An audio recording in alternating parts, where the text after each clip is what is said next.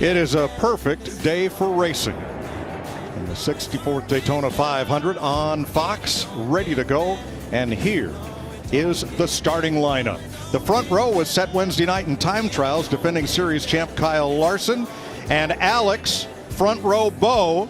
Bowman had his record 5th straight Daytona 500 start today. Row number 2, the drivers that won the duels Thursday night, Brad Keselowski and Chris Busch in those RFK Fords. Row number 3, a rookie, the 20 Xfinity champ Austin Cindric, and last year's Daytona 500 champ Michael McDowell. Fords in row 4 for Harrison Burton and Ryan Blaney. Let's dial old Ryan Blaney up. Hey, Ryan Blaney, it's Boyd up in the Fox Sports booth. You got us? Hey, I got you. All right, man. Them Fords have been looking good. You teammates have been working well together. You got enough to stay up front today? I sure hope so. I think Fords are fans like you did. And, I think me, Austin, and Joey, and Harrison Burton work really well together. And all the other Ford teammates we got. So it's about working together and trying to stay in the game all day. It'd be nice to lead a bunch of laps and stay up front, but we'll figure out where we're at and adapt it over to you. All right, buddy. Time to shine. Let's see it. I appreciate it. Row 5, Chase Briscoe, last year's Rookie of the Year, and Kyle Busch, 2-time Cup champion in his 17th 500. Row 6, the 2020 Series champ, most popular driver, Chase Elliott. Christopher Bell, he's been a truck champion, a USAC, and a Chili Bowl champ. Row 7, Eric Jones, won here in the summer of 18. And 14th, Martin Truex Jr., who lost the 2016 race by the closest margin ever. Row 8, Tyler Reddick, 2-time Xfinity champ, and the 2018 runner-up, Bubba Wallace. Row 9, Kurt Busch won the race in 2017. Ricky Stenhouse Jr. won the July race here that year. Ross Chastain, top 10 in 2 of his 3 races here, and Joey Logano, the 2015 winner. Daniel Suarez driving for Pitbull, and Kevin Harvick, the 2007 winner. All right, let's dial up my buddy, see how he's doing here. Kevin Harvick, it's your boss. You got me, bud? Yes, sir. All right, man, tell me how you're going to get us in victory lane today. Well, first thing we got to do is keep it rolling. I think the second thing is just to try to do all we can to keep it on the lead lap and see how this race plays out. I think as you look at the style of racing, I still think it's going to develop. So we'll see what happens. All right, buddy, I appreciate it. Good luck today. Be safe. Bring me a race car back in one piece today, please. That's it for. Row 12, William Byron, the summer winner at Daytona in 2020, and Corey LaJoie, top 10 here the last 2 years. Justin Haley won here in the summer of 2019. Ty Dillon back in the series full-time. Landon Castle makes his 7th Daytona 500 start, and the Biff is back. Greg Biffle in his first 500 since 2016.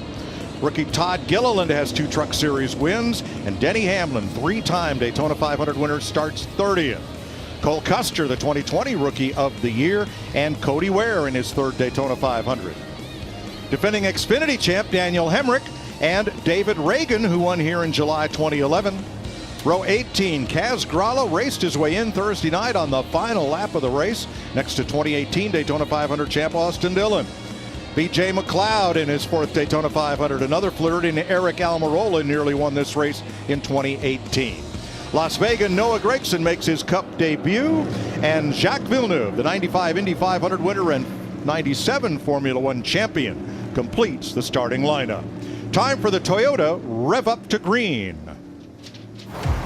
Toyota is proud to debut 3 new race cars this weekend.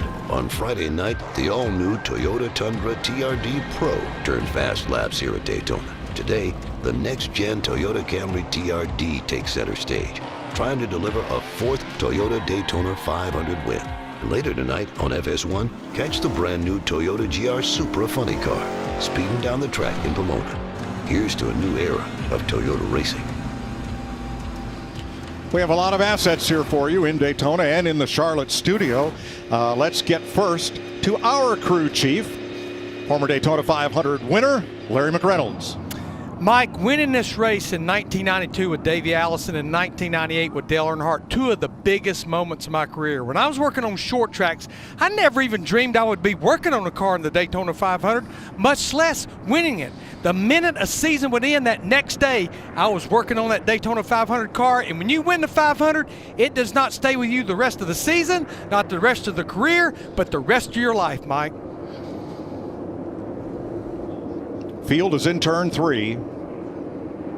The lights are out atop the safety car. That means they are coming to green this time. Lachlan Murdoch, the CEO of Fox Corporation, has the green flag in hand. 20 rows deep. Fords, Chevys, Toyota in 2 long freight trains as they come to the flag. We'll see how they sort out as they begin stage 1 of 3. Whole crowd, packed house, on their feet. Love it. And the 64th Daytona 500 is underway.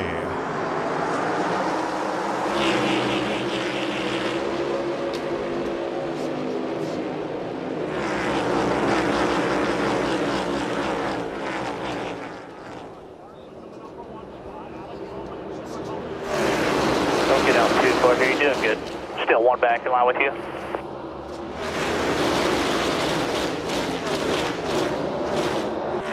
Still one back, 48, one back, off him to 6. The top lane still about 5 back up top.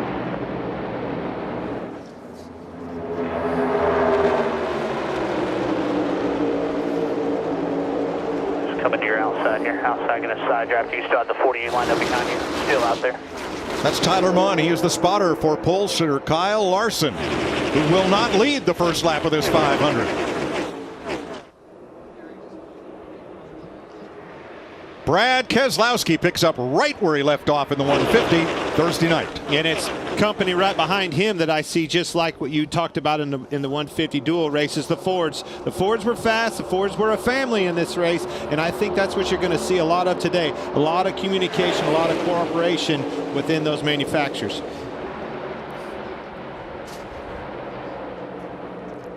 How crazy is that? See Brad's old car pushing the new car, the new Brad. The old Brad's pushing the new Brad, boys.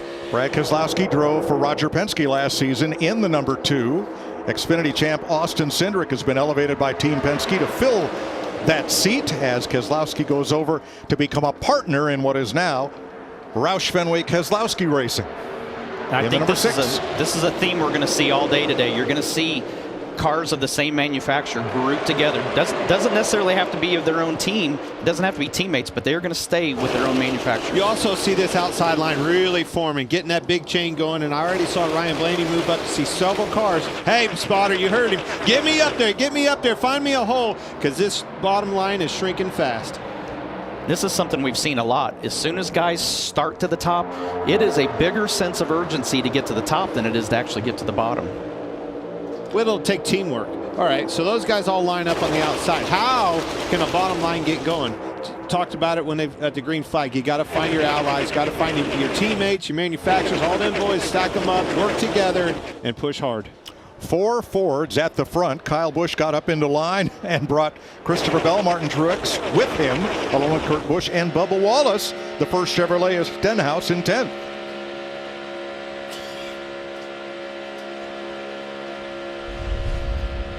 This is Daniel Suarez from our Fox Visor Cam. Told me this morning he's got a good car and he plans to be a little aggressive with it. He certainly was there, and what I thought I saw right there, that's an accordion. It's stacked up, getting in the corner. He just didn't quite see it, hit him a little bit harder than he even expected. You heard him, he have to get clear out of the gas. Yeah, that's not as aggressive as they want to be on lap 3 or lap 2. They've got a long day. They've got to learn a lot today, and that's the biggest word that we've talked about all morning and what we're going to talk about all day. These guys, this is the first time they've been in a pack that's this big, so they're all trying to figure out, A, what's their balance feel like? It's sunny, you've got bluebird skies today. It's the first time that they've been in a pack this big, so finding out what these cars are actually going to drive like. These guys are all going to school and going to class right now. Stage 1, 65 laps, and it will include at least one pit stop.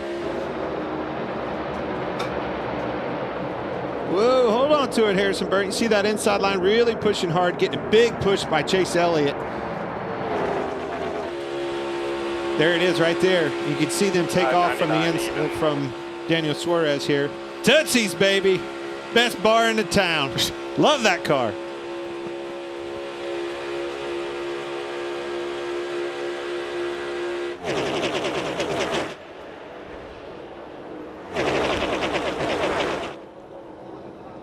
Rush hour at 187 miles an hour. Rookie Harrison Burton leading that group on the low side, watching car after car go by on the top. That's got to be tough. I can promise you, he's not worried about those cars on the top right now. He's sitting there focused on that 9 car that's trying to get him and get that line on the bottom moving. And that's full contact right there. Heck of a bump draft by Chase Elliott. That's probably the longest all week long that I've seen somebody be able to push. So you know that 9 car is very strong. And it moved the 21 up 2 spots on the inside. And now drifting a little back again. But that's what it's going to take. You see that long line on the outside, you're going to have to do something. Now you got Ryan Blaney dipped down there in front of Harrison Burton. Again, formulating that line, finding your allies. I think that's Bubba Wallace dropped down just in front of them, trying to get something going on the bottom here, led by Kyle Busch. That really broke that top line up right there. Huge, huge gap. Took about 6 links out of the chain, looked to me like. Yeah, it did. Kyle Busch powers up to 3rd with help from his teammate Christopher Bell. A lot of energy on that inside line now with all those Toyotas, 5 of them in a row. And I was surprised to see the top 2, to see Keselowski and Cindric on the outside not get down. Yeah. That shows you how important that manufacturer play is going to be. All the energy came right out of that outside line. It's now the cars in the low lane that are out front. Let's go to pit road and check with Jamie Little.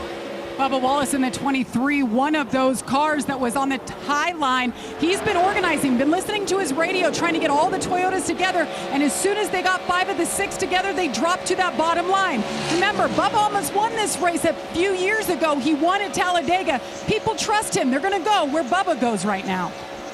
Looking back from his teammate Kurt Busch on that last shot. The Fords up top. RFK, Penske, RFK. And front row. All lined up. Really haven't seen the Toyotas all week long, and then here it is, the Daytona 500, Kyle Busch and company, Martin Truex right there pushing him. You never do you, Tony? I mean, the Fords make a lot of noise. The Chevys qualify fastest. The Fords race best on Thursday. Where are the Toyotas? And come Sunday, oh, there they are right up front. Yeah, they have a real bad habit of doing that on race day. But, you know, that is traditionally, you hit the nail on the head. You always see the Chevys qualify up front. You always see the Fords run together. But it's really hard. It's hard to predict because you never seem to get enough of the Toyotas together in the qualifying races to see them get that energy going. So now you got the entire field there. You got all the Toyotas that are working together making a move. Dead even for the lead as they come to the line for lap 9. Give that one to Keselowski. Vince Welch. Well, and the top spot is the best spot. It's the one that you control, so that's where Brad Keselowski is, and he loves it. Remember, Keselowski's a Cup champion, has 35 career wins, but no Daytona 500 trophy. That in itself should be enough motivation for today, but as you mentioned earlier, Mike, he's part owner of his race team now. And remember, he lost his dad back in December, so a lot of different emotions for Keselowski. And Mike, that Harley J. Earl trophy, it represents much more than just a race win for Brad today. Absolutely. They're lapping past Daniel Hemrick, who due to an inspection failure had to do a pass-through penalty on pit road after the green flag wave, so he goes 1 lap down. Keselowski, Cindric, Buescher are the Fords out front.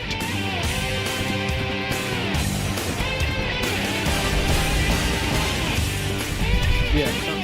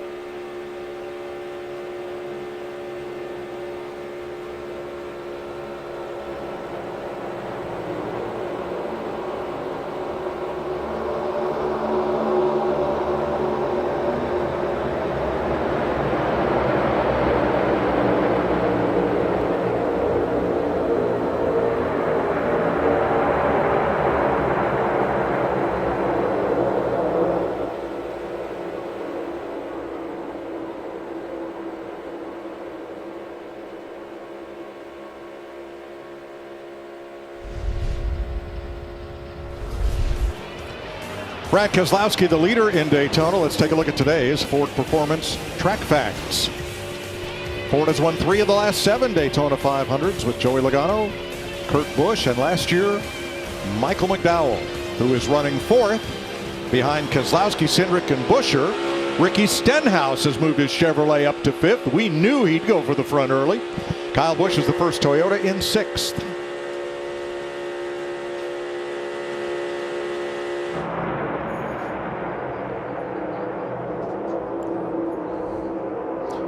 A lot of 2-lane here in the early going. There is a 3rd racing lane here in Daytona. It's right in the middle, and you'll watch the 8 of Tyler Reddick and the 3 of Austin Dillon stuck in the middle.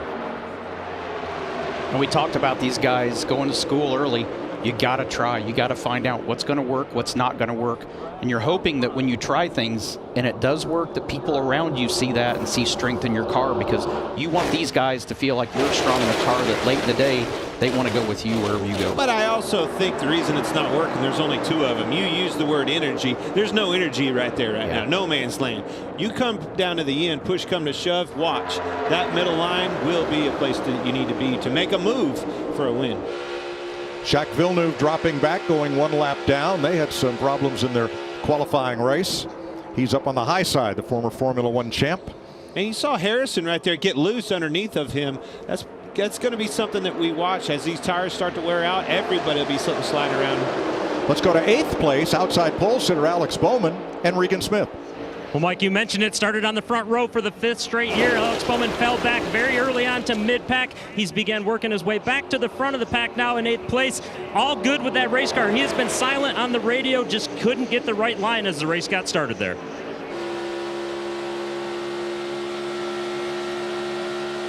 Coming back from Landon Castle, Joey Logano was in position to win his qualifying race. Chris Buescher made a drop to the bottom. Logano came down to block and ended up in the wall, tore up his car. This is a backup for Logano, who started back in 38th, and he's worked his way halfway through the field.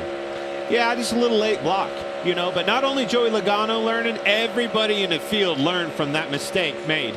But you know, hey, Tony, what are you going to have to do to win this race? If you're the leader, what are you going to have to do when you know you come around here for the last lap? What's one thing you're going to have to do? Make a big-time block, which is what he was prepared to do, and he already said in the pre-race he'd do it again tomorrow. Kyle Busch leading that inside train. We listened in. It just doesn't seem like it runs down here. It seems like the tighter radius is pinching it off, and it's just dragging it down. Up top, it just free rolls better, especially down off the hill. I don't know if the bottom, I mean, with now lesser cars up top, stronger cars down low, I don't know if we got anything. And something I heard Thursday night during the qualifying races, it seems like in the middle of the corner, we hear a lot of RPM drop that we don't normally hear from the last generation car. Just seemed like the cars get bogged down in the center of the corner. And that's what Kyle's talking about. It just doesn't roll the corner and maintain speed. That's why that top lane is probably advantageous, because they can stay up, get a big run up the hill, big run down the hill coming off, and keep that momentum going.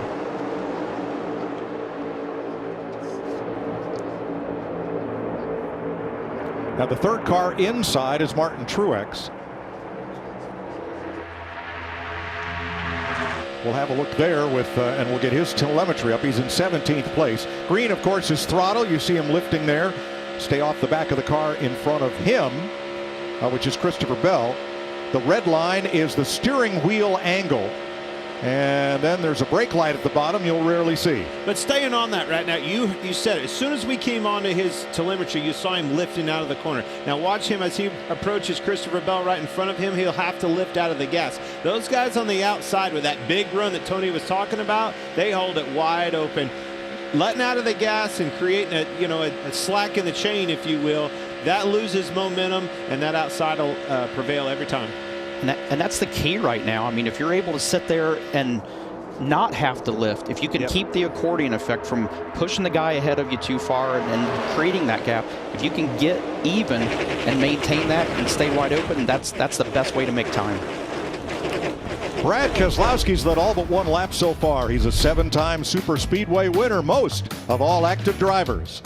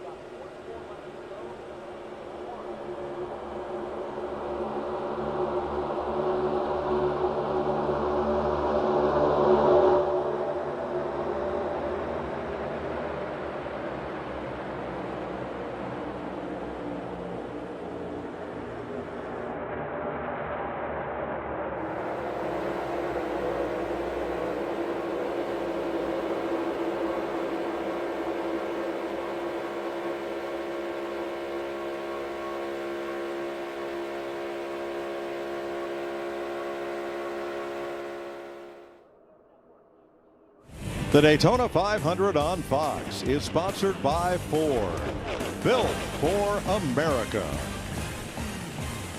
And by Credit One Bank, the official credit card of NASCAR. 22 laps complete. Brad K is still leading, and you can win some of $25,000 of Clint's cash by playing the free-to-play Fox Bet Super 6. Just scan the QR code now, enter your picks for today's race. You could win big. Download the Fox Bet Super 6 app, play along for free throughout the NASCAR season. Come and get it. $25,000. Get your picks in. Stage 2, baby. Tony, where do you get all that money? Most of it came from me, I think. Yeah, I think Some of it did for sure. You can thank him, folks. Brad Keselowski has led 22 of 23 laps now. We're working lap 24, but at a price. When you're pushing that wall of wind at nearly 200 miles an hour, you're burning more fuel than anybody else. Yeah, but they're going to stay together. They're going to have to feed off of whatever fuel mileage Brad's getting at this point. The rest of that group is going to stay together. They're not going to, they don't know how much each other's having to get out of the throttle, so they don't know how much they're actually saving as well. So they have their projections off of that lead car. You know, we've talked about all this, lifting our gas and all that stuff. This inside line is figuring it out. You were talking about it. Don't push through that bubble, get to their bumper, and create that slinky. And it looks like that inside line just keeps getting better and better. And oh, by the way, is that 11 car Denny Hamlin start clear at the back of this field? Already starting to find some momentum and marching towards the front? I believe so. Hamlin is 15th. He started 30th in the number 11. Three-time 500 winner.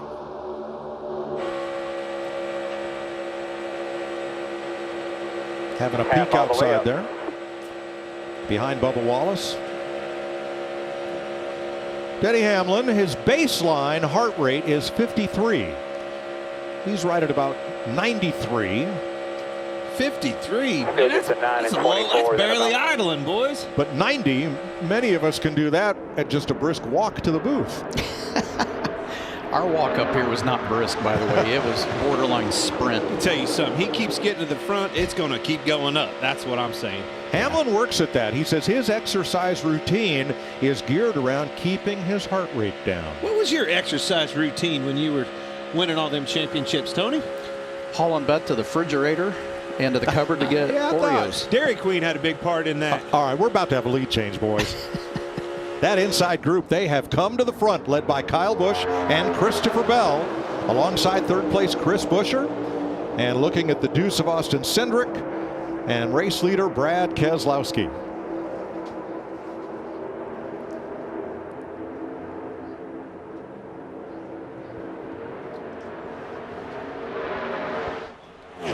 Seems like that bottom lane gets people in it, gets a big line going, and then people like bail out on it. You either got to believe in it or not, and every time they do, it almost gets quite to the front, just like you're seeing. See, there they went. Back there, you see mid-pack about William Byron, 24 cars, something like that. They keep dipping back and forth, and whichever line they're in, it seems like everybody follows suit, and that line takes off. Saw Blaney jump to the bottom there, and he really doesn't, where he's at in the lineup right now, he doesn't have a lot of Fords around him, so he has that flexibility to not feel like he has to be loyal to somebody in front of him. He can pick and choose where he wants to go. This is the first time I've seen separation in this outside line, but I think it's because, in fact, everybody keeps moving back and forth. As those cars come off of there, they lose their momentum, and guess what? Kyle Busch in that bottom lane finally leading the lap. Because the outside lane detached and the bottom lane was all fully formed up, nose to tail.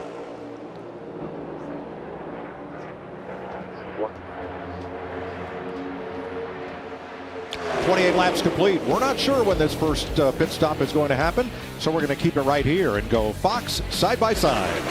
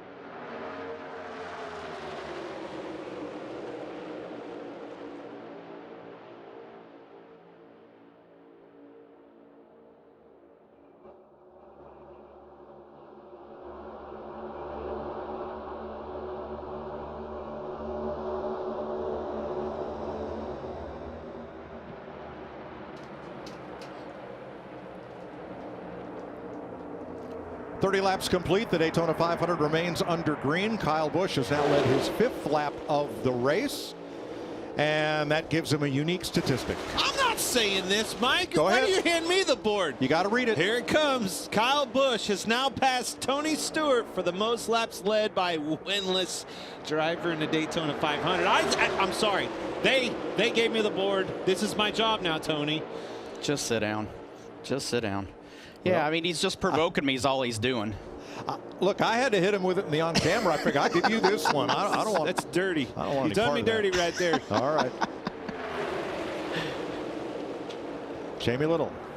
Well, Denny Hamlin had a hiccup the other night in the dual race, locked it up, getting onto pit road, so he qualified 30th. He finally found the pack. You see him there in the 11, pushing the car he owns right ahead of him. That's Bubba Wallace. Bubba just told him, don't push me off too. The car is too unstable. Guys, this draft feels a lot different for these drivers, and you hear him talking about it, being very careful. There's his moment. Boom, he pushes Bubba right there. Today, Busch Light and the Busch Race Team are giving away prizes all day. Here is your first opportunity from a driver from the Camping World Truck Series. Jennifer Jo Cobb from the Busch Race Team here. Busch Light is giving away a brand new Ford Mustang. Tweet hashtag Busch Race Team and hashtag sweepstakes now for your chance to win. 32 laps complete. Brad Keselowski's been out front for 25 in his Mustang. Kyle Busch in his Toyota has been out front for 7 of those. And Larry Mack, when's that pit window open for us? Well, Mike, the fuel window is about 38 to 42 laps. We just completed 32 laps, so I'm going to say probably, as we saw in the dual race, they're going to come somewhere around lap 38 to 40.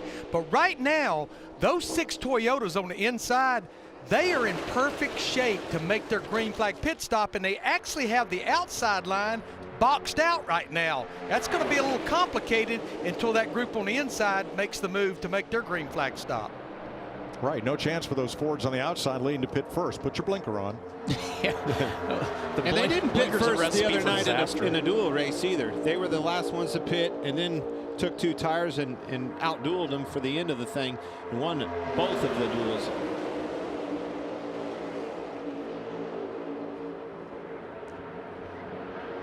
We're going to watch carefully as they come to pit road, because with the much larger brakes you can stuff underneath an 18-inch wheel versus last year's 15-inch wheel. Drivers are taking it deeper onto pit road. Vince Welch. As we start getting ready for pit stops, that outside line led by Brad Keselowski wants to get to the bottom, and Keselowski's teammate Austin Cindric is behind him. But Keselowski wants to get out far enough to where he can bring Cindric and also the 17 of Buescher and the 34 of Mcdowell with him. So that energy on that top row, if they can form up and get to the front to where they can get down, it'll be mission accomplished. But right now it's a struggle. Yeah, it looks like somebody turned the switch off on that outside row. Well, I think everybody keeps ditching the outside row for that very reason. They keep getting down below, and then they lose their momentum on the outside. Of course he wants to get down, but you can see he's lost 10 car lengths to that point. Now we're having a different discussion with not only our spotters but our teammates. Now the strategy is, where do we fit in? We got to get to the bottom.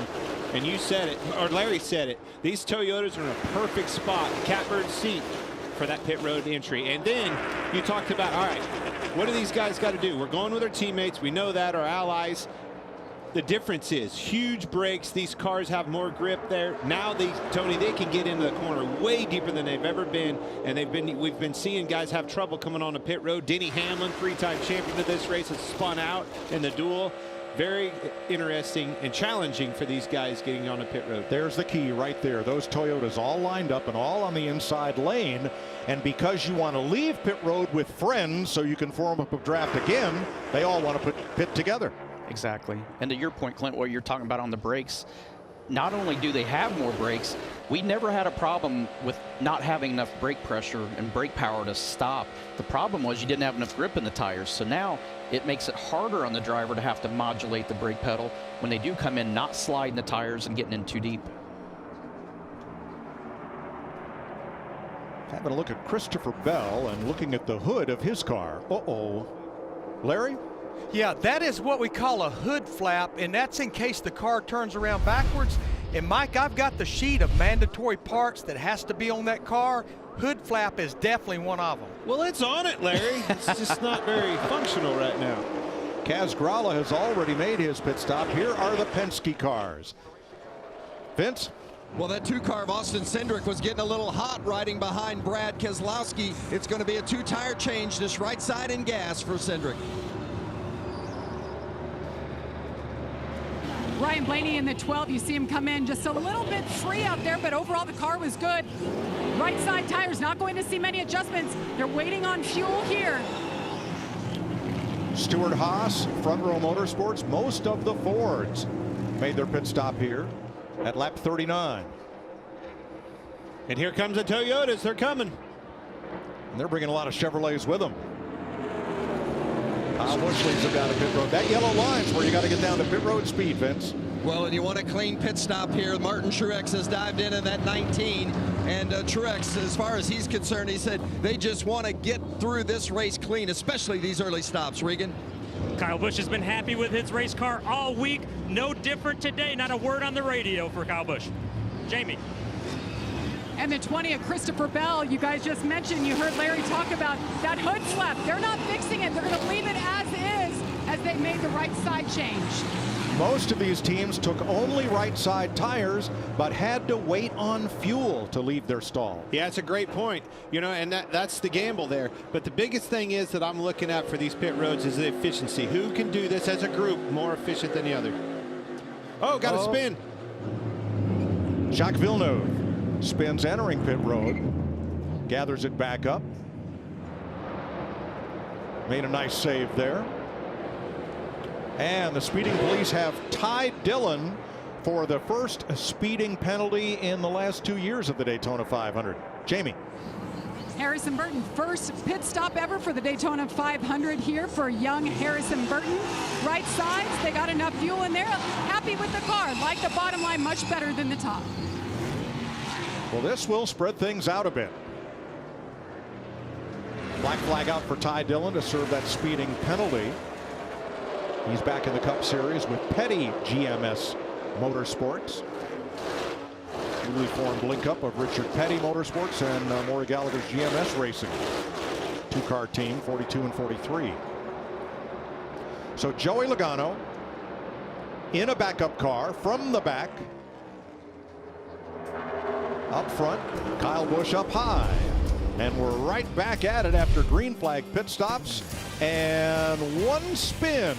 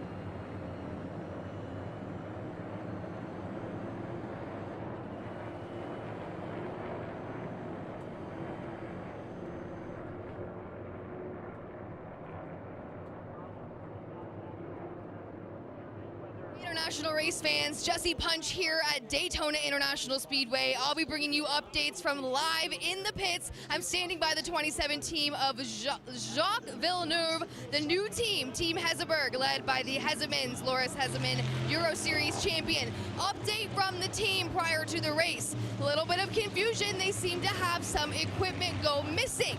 No accusations, just a lot of concern, especially considering the main concern heading into this race was pit stops. And unfortunately, the most recent item to go missing was the pit board. Thankfully, Luckily, Jacques just brought it in for his first pit stop of the day. No problems there, took fuel and got him back out on the racetrack.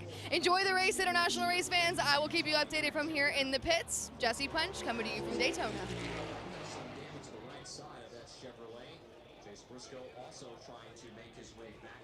Thank you.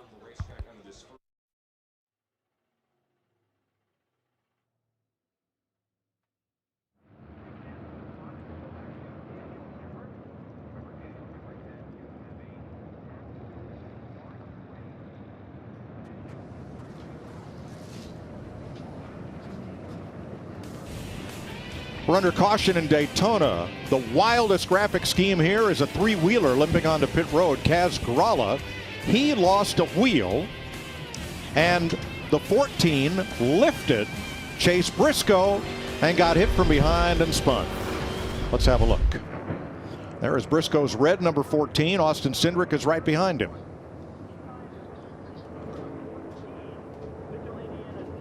Yeah, everybody just kind of scattered. Everybody just scattered waiting on the caution there. Here's the radio chatter.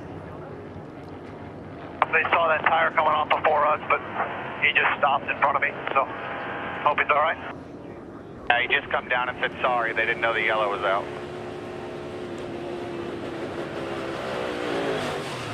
Wave him off. You actually heard him lift before he spun. F4 ready. We got That's run exactly what happened. I don't think it hurt it too much. You see sparks flying right there. Obviously, you don't want to tear the underneath sides of these cars up, but I think he'll be all right. Yellow's out. Turn 2, spinner. He's down and out of the way. Wave him off. How'd you like that at 180-some mile an hour? Woohoo! That'll wake you up. Well, thanks to Mahindra Tractors for that view of our onboard cam. Chase Briscoe makes it on into his pit stall,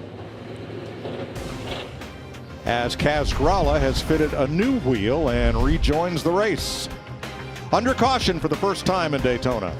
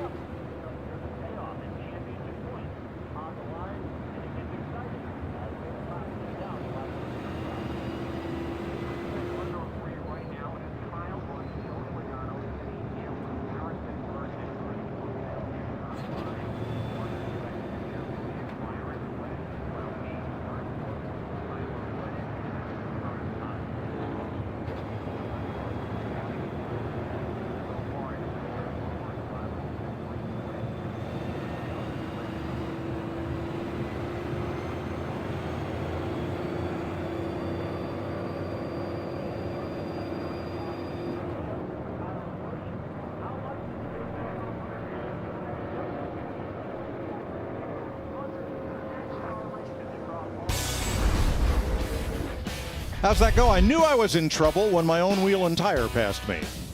Kaz Grala. That, by the way, is a major infraction and will result in a 4-race suspension for the crew chief of that car. Wow. That's steep. And 2 crew members. Shows you how big those rotors are. You're actually driving in on the rotor.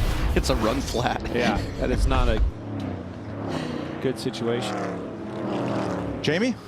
Well, Cliff Daniels just came on the radio to his driver, Kyle Larson. He said, we just came in to top off. We're completely full of fuel now. Most everybody else isn't. That means on the end of the stage, we won't have to take as much time on pit road. Thanks, Jamie. Now, Briscoe and Cindric got back out there. No big problem on either of those cars. But Larry Mack, you got some splaining to do. We only have 1 lug nut. How do we lose a wheel? No, it's a great question, Mike. So the hub on all 4 corners, they have drive pins on them. And then the wheel itself, they have drive pin holes. And that's what indexes the wheel when you throw it up there. And if you don't get it indexed and all the way up on there, you may think you have that 1 single wheel lock or lug nut tight, but it's there, but it's not tight. That's about the only way you can lose a tire and wheel with 1 single lug nut. Okay. New 18-inch diameter BBS forged alloy wheels on all these Cup cars, new for 2022. Every seat, every infield space sold out for the Daytona 500. It is an awesome sight. And I can tell you from the driver's standpoint, when they pulled off a pit road and saw the crowd from inside the car, that gets your heart rate going in a hurry. A couple of drivers made a second pit stop during that caution, including outside pole sitter Alex Bowman. His first stop was fuel only, but he came back in for left side tires. 21 to go in this first stage. The stages are 65, 65, and 70 laps to make up the 200 laps, 500 miles as we approach the Geico restart zone for the first restart of the day. Kyle Busch inside Joey Logano.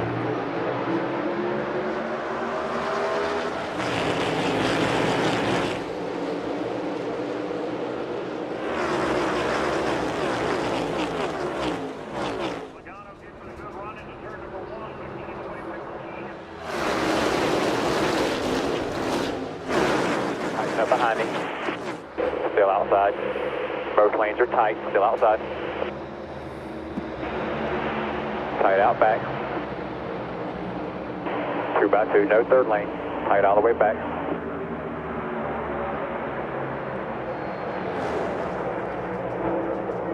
One off you.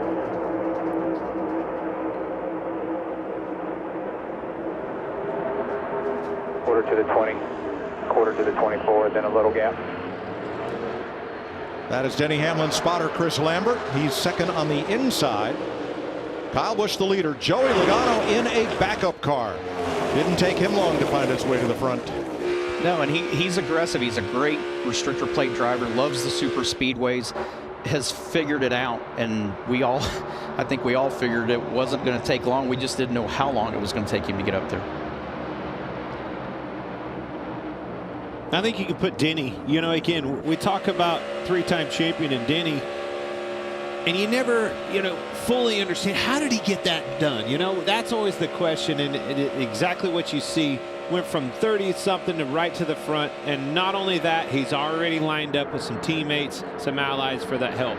Learning a lot early in the race with both of those guys. Brad Keselowski's led 26 laps so far, but he is currently in 8th place. Vince? Well, Mike, all these teams have access to the other team's data, and Keselowski was very curious about how Kyle Busch was driving his car when he took the lead.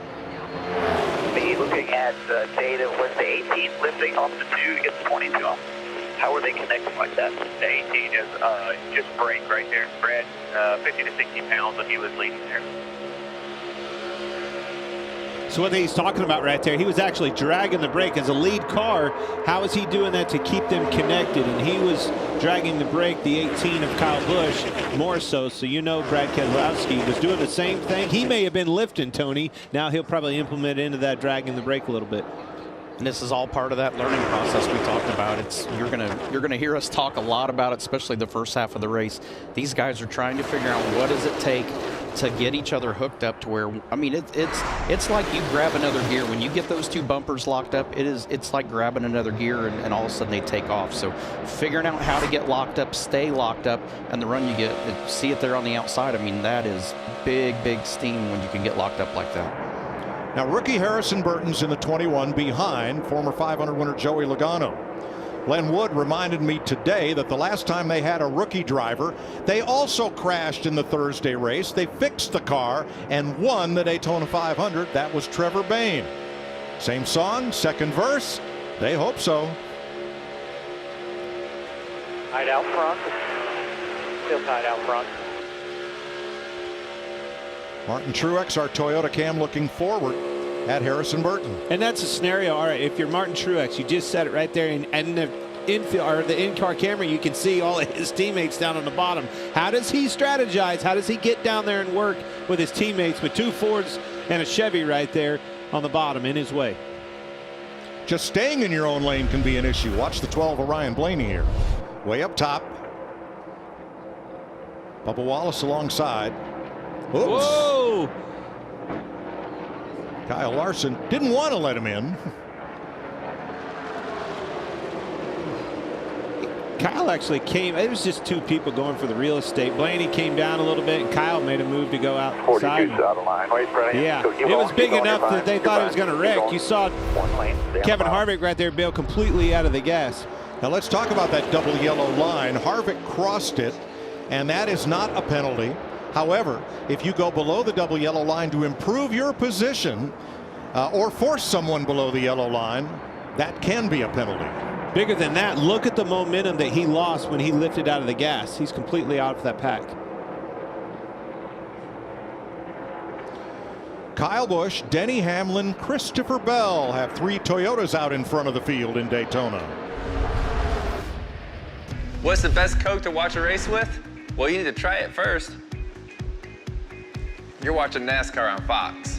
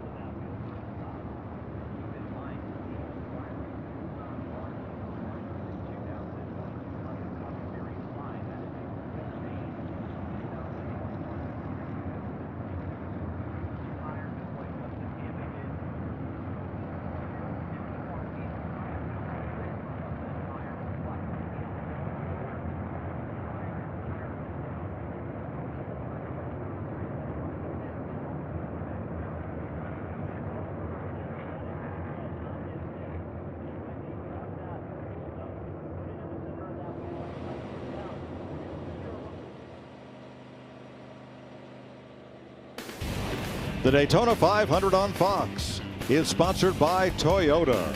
Let's go places. Caution number 2 in the Daytona 500 at lap 52. Justin Haley having a problem. Haley either lost a tire, but that tire looks intact, so he did break a wheel. Well, that tire didn't have a wheel inside of it it like Casgrala's was. Different scenario right here. And the wheel is broken. Now, these are forged one-piece wheels. They won't do any bending like the old steel wheel, but they will fracture and break. The question when is there's why. a problem. The question is why, though. But you can see the wheel split in half right there. That's an outer or inner ring of the wheel that goes up against and beats the tire. But again, Tony, just like look at the pins. There's the no pins lug nut on it either. The pins are sheared off There's no from the lug hub. nut. That's going to be tough to overcome. I'm going to tell you, it's a loose wheel.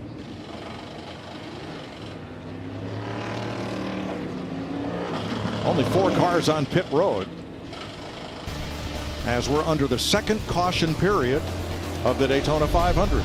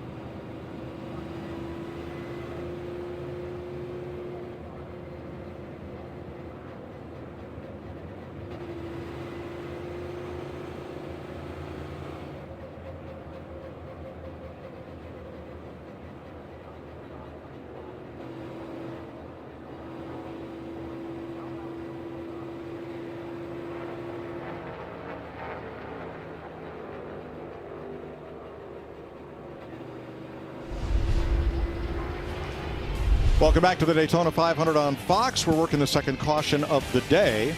Justin Haley lost a wheel and tire. And during that time, the 14 at Chase Briscoe was damaged in the first caution. You saw him dragging the rear diffuser, so they're taping that up at the rear of his car. There's a look at it. And let's check with Larry McReynolds for more. Yeah, Mike, let's go to our Ford Performance cutaway car and let's show you the rear diffuser that's under the rear of the race car. It's really a very first in NASCAR. It's used a lot in road racing. It's very aero efficient. It actually creates more rear downforce and it pays no drag penalty. Another thing it will do, it cleans up the wake of the air off the rear of the race car, which is better for a car behind you. That car is still in dirty air, but not as much without the rear diffuser. And the other thing, it has a center flap in case the car turns backwards, and there's a detent. I think that's what they were working on the 14 car. We saw it with Joey Logano's 22 car in the dual race. Thanks, Larry. Justin Haley is still on pit road making repairs, trying to they did get a wheel on it, but they may have some suspension damage. And here's Jamie Little. And Ryan Blaney came in. They had an extended pit stop. They took the right rear off, and they couldn't get the new right rear on. You see the guys looking at it now. They took it back, tried to get another wheel on, and it did the same exact thing. It's just not meshing in there. They're wondering if the problem is actually on the car, where you put the wheel and apply it to that. So they've got an issue here with Ryan Blaney, definitely keeping an eye on the right rear. Can't get the nut off the stud either. It's like the impact didn't have enough oomph to get it off there. Is that oomph a word, Tony? Do you know what I'm talking about there? I'm didn't from have enough Indiana. HPs behind the impact. There's one of my words. There you go. It's short for torque. Yeah.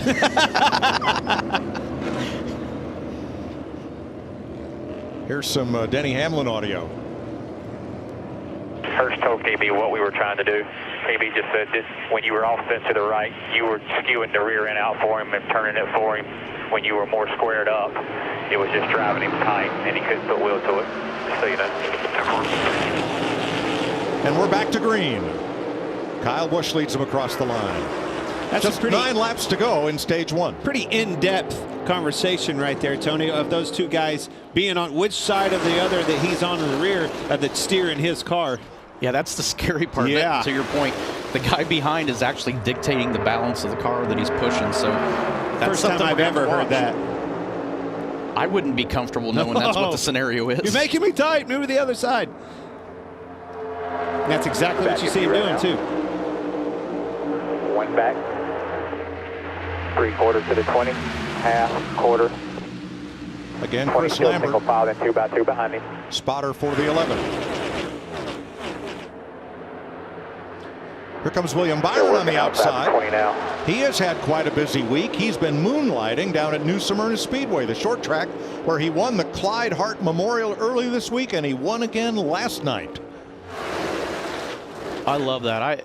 I'm really proud to see the car owners in NASCAR finally come around and let these drivers drive outside of their full-time jobs. I think it just makes all of them better. It definitely gives them more confidence, gives them a chance to reset and have fun again.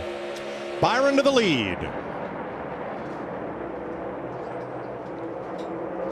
And now the Toyotas have that energy to pull right up to his rear bumper on the inside. It's kind of fragmented on manufacturers, though. You got a Chevy, a Toyota, well, 3 Toyotas and a Ford. Ford on the outside, Toyota behind that, another Ford. And I think that's what's keeping the racing so interesting right now, because there's no cooperation. They can't find their running mates, right? And it's keeping it broke up a little bit. Nobody can find their dancing partner. I think for the entertainment value in us sitting up here watching, that's a good thing. It is, and I think what these guys will be cognizant of is sitting there trying to make sure they don't let groups of cars get together and get organized like that. Kyle Busch gives Byron a bump, trying to push him back to the lead past Harris and Burton. That was a big bump, too. That's a big bump trap. And it shot him way out there, almost too far.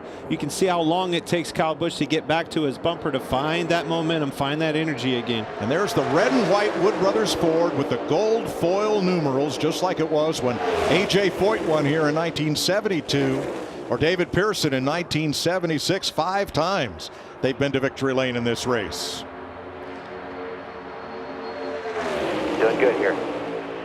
Still half on behind him. Just keep him in your mirror. On. Still on. We're going to stay lane 2. You're clear. We're going to get out. We're going to be ready to back up. Be ready to back up. Not yet.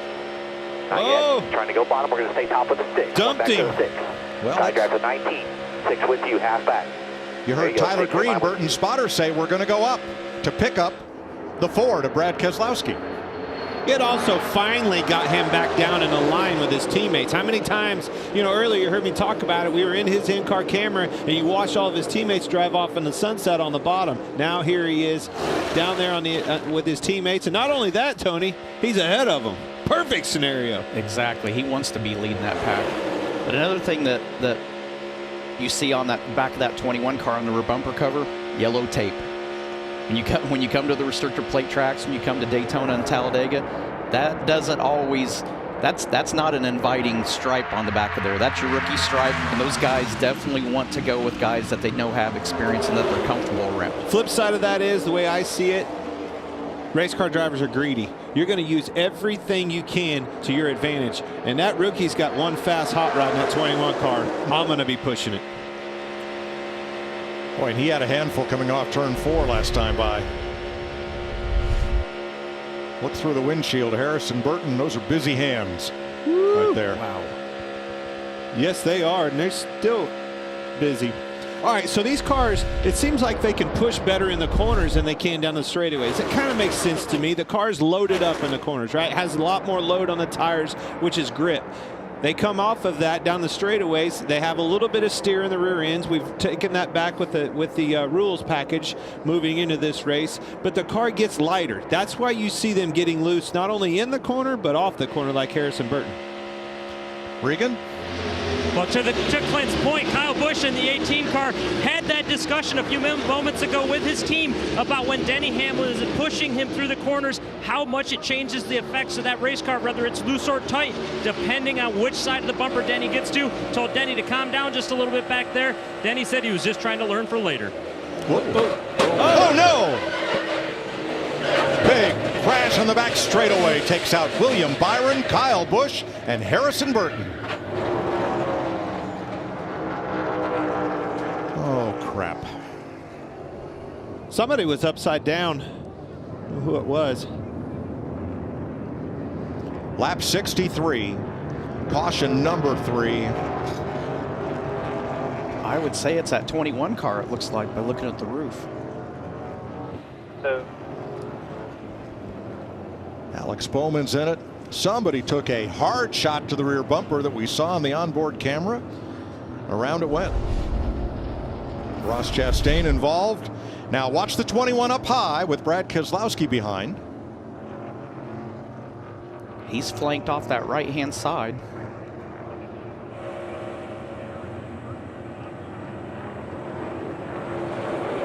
Come off the corner, the car got light exactly like I was talking about. Man, it went over too. I was right.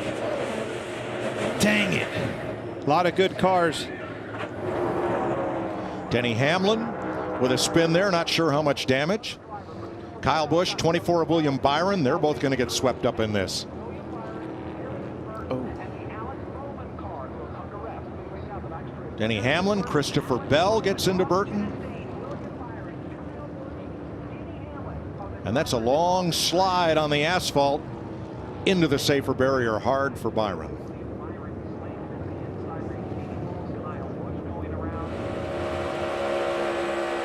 Half in front, tight out the back, tight in front all the way, wrecking here, wrecking.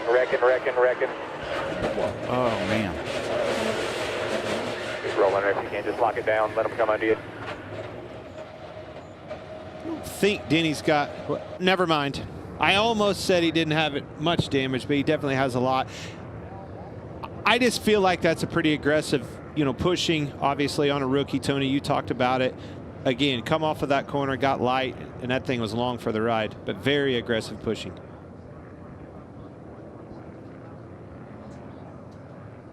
That is not at all what you're looking for. That kid is sitting there going, what happened? He's lucky it didn't bite right there. Yep. And here's Harrison Burton on the radio. Yeah, you can't push to the right, Brad. I mean, damn. I know. Is it going anywhere or just spin the tires? That's lit. Yeah, it's important. Yeah. All right, let's ride along with Ross Chastain. He got a big chunk of this. Tight front. Everyone's check up. Hang on, man. Hang on. Keep coming. Left front fenders. Feeling pretty good here, guys. Still rolling.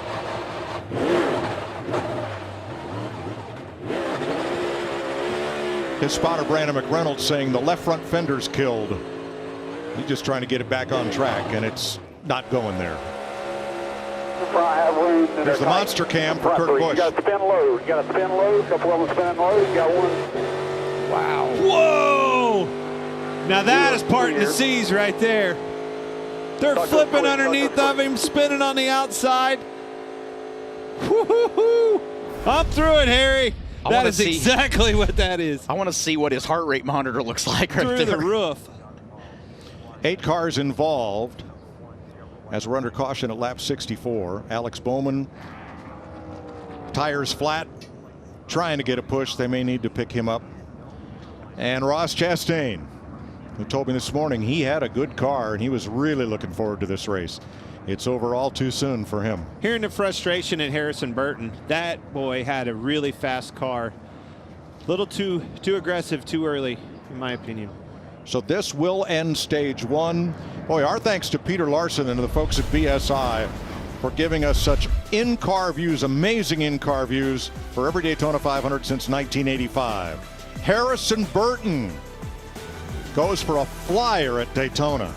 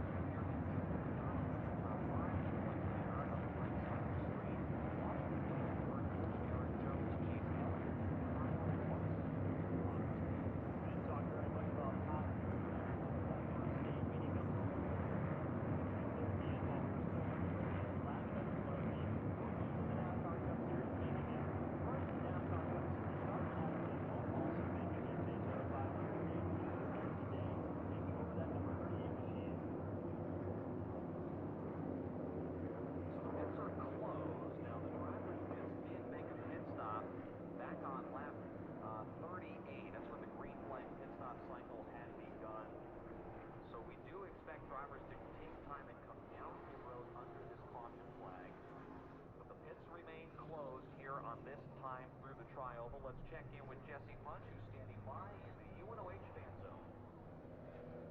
That's right, I'm hanging out down here in the UNOH fan zone. There is so much fun to be had watching the races down here. I'm gonna go see if I can find some. The Daytona 500 on Fox is sponsored by Coca-Cola Zero Sugar. Is it the best Coke ever?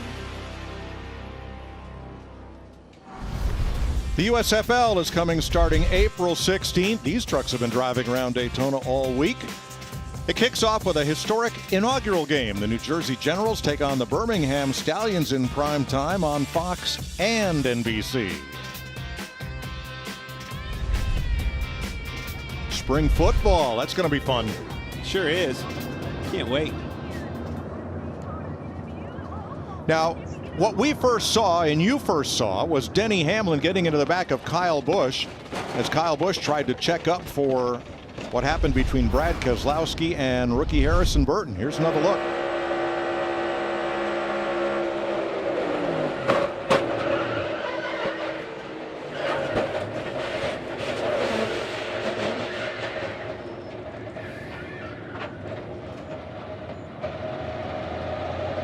And that's your dual path onboard view.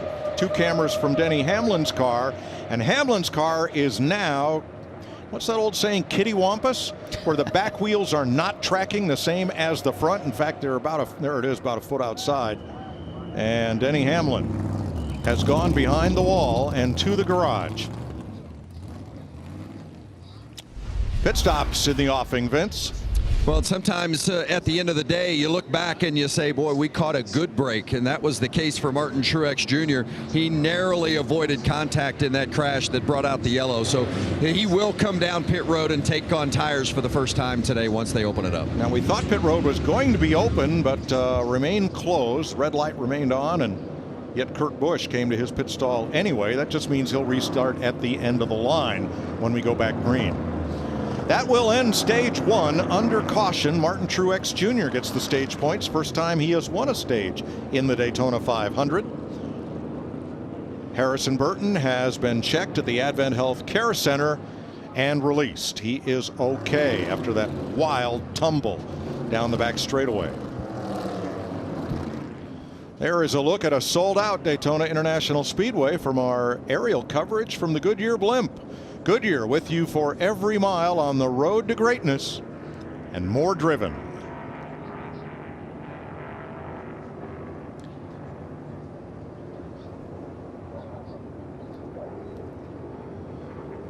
Working lap 68 and a concern under the right front and a little damage along the right side on Kurt Busch's car. As the action heats up on the track on the way to what will be a sweet victory, Jamie Little and Michael Waltrip spent Daytona 500 weekend checking out a different kind of heat and sweet at the Wendy's pit stop in the infield. Posing trivia questions, making fan signs, Jamie and Michael have had a lot of fun making the race day experience a little bit more delicious with their Wendy's hot honey chicken sandwich. Michael and glitter. I'm not sure that's a good sign. Took the kids down a couple times this week. Went to Wendy's to drive through. You literally, Tony, drive the golf cart through there, pick up your sandwich, pick up the kids. It's Frosties for the kids, right? They wanted to go every day. Awesome to see that down there. Hats off to everybody involved. Great job. Probably a good thing that this wasn't around when we were still driving, or I'd probably take the opportunity during a caution to go through there. I know. All right, the first pit stop was mostly right side tires, and that's what we're seeing going on. Most of these cars now are rights. And if there was debris on that back straightaway, and there probably was, most of the teams will take left side tires as well as a precaution. Yeah, pretty much 4 tires all the way around. Martin Truex, Logano, everybody 4 tires. For that reason, a lot of debris on the racetrack. But again, reset. Let's get 4 tires on this thing. The other thing, let's get some practice, you know? Here's a look at the race off pit road, sponsored by Ram. Cars taking fuel only, as you see in that right column, getting out first.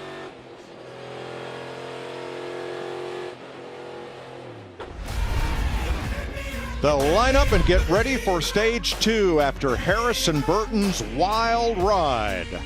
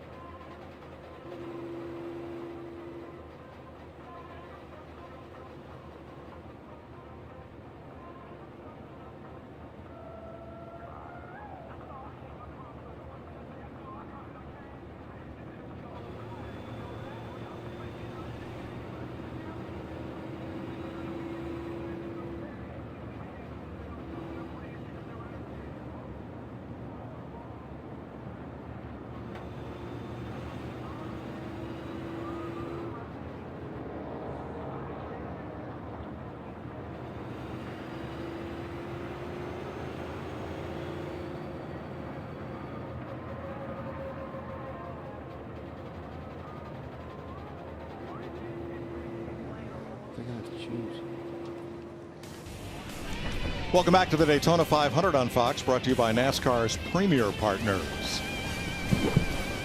Let's check in with our Stage 1 winner, Martin Truex. Hey, Martin Truex, it's Boyer on the Fox Sports booth. You got me? Hey, what's up, old buddy? Boy, he's pretty close to that. A few laps before that, I had just made mention about you moving to the bottom and leading that bottom. How happy are you made that choice? Very, very, very happy. This race has been pretty unlucky for us over the years. Definitely made the right decision there. So we'll see what we can do here. Bass Pro Toyota's fast and car's driving good. So long way to go. See if we can get back to the front here. Well, it's certainly the right choice. Good luck. That's what it takes. Got to be in it to win it. You're still in it, baby. You know it, brother. All right, let's go to the Advent Health Care Center. Jamie Little.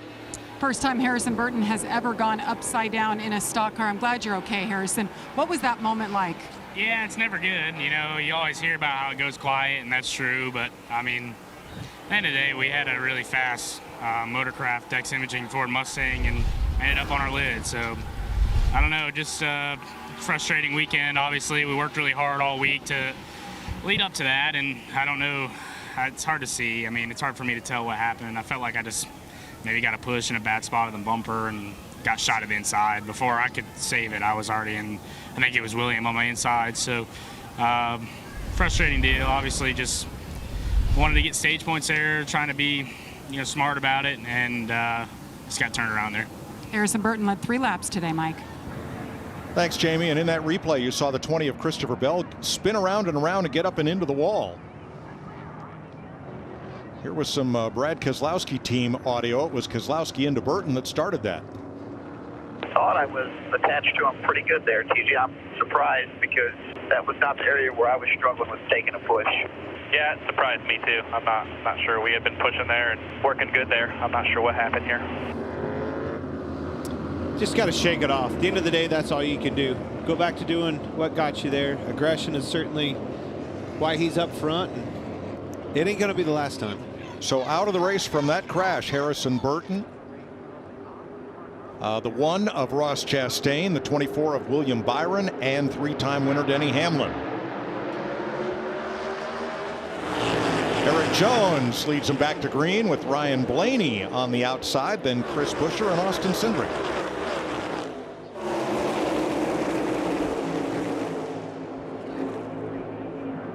Christopher Bell, we mentioned, got into the wall. He says everything is broken in the back end. Doesn't know if he'll be able to make it up to minimum speed as we're back to green.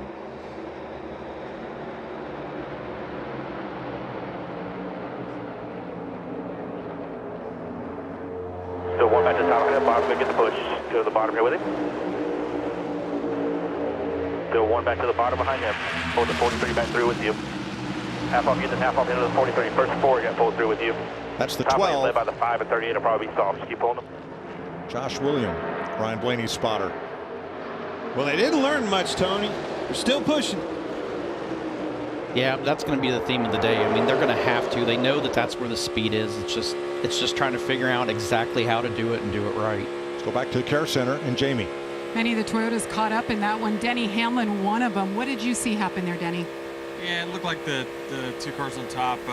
The 6 was pushing a 21, and you could see the 21 was kind of getting out of control there. So, mindset was that you got to back off. But I think the 6 was just insistent on pushing him at all costs, and it eventually turned the 21 around. And tough, considering it's just for the stage. But we were kind of boxed in there where I noticed that something was going to happen, but I was boxed in. I was behind the teammate. I wanted to try to help, but again, just too aggressive pushing right there when they weren't lined up in control. Denny. 17 Daytona 500s for Hamlin. This is the first time that he will fail to finish the race. That's pretty incredible. Hard to be Mike, he had 0 DNFs last year. He was running on the lead lap in all but 2 races last year.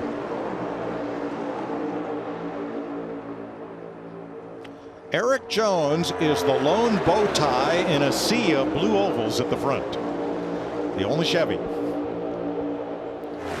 Now they're a small team, 2-car team. He and Ty Dillon. And like Ricky Stenhouse and other drivers of not the big 4-car powerhouse teams, they've said our friends today are going to be wherever we find them. Doesn't matter if they're a Toyota, a Ford, or even a Chevrolet. We're going to draft with whoever can help us. Sometimes that's actually easier.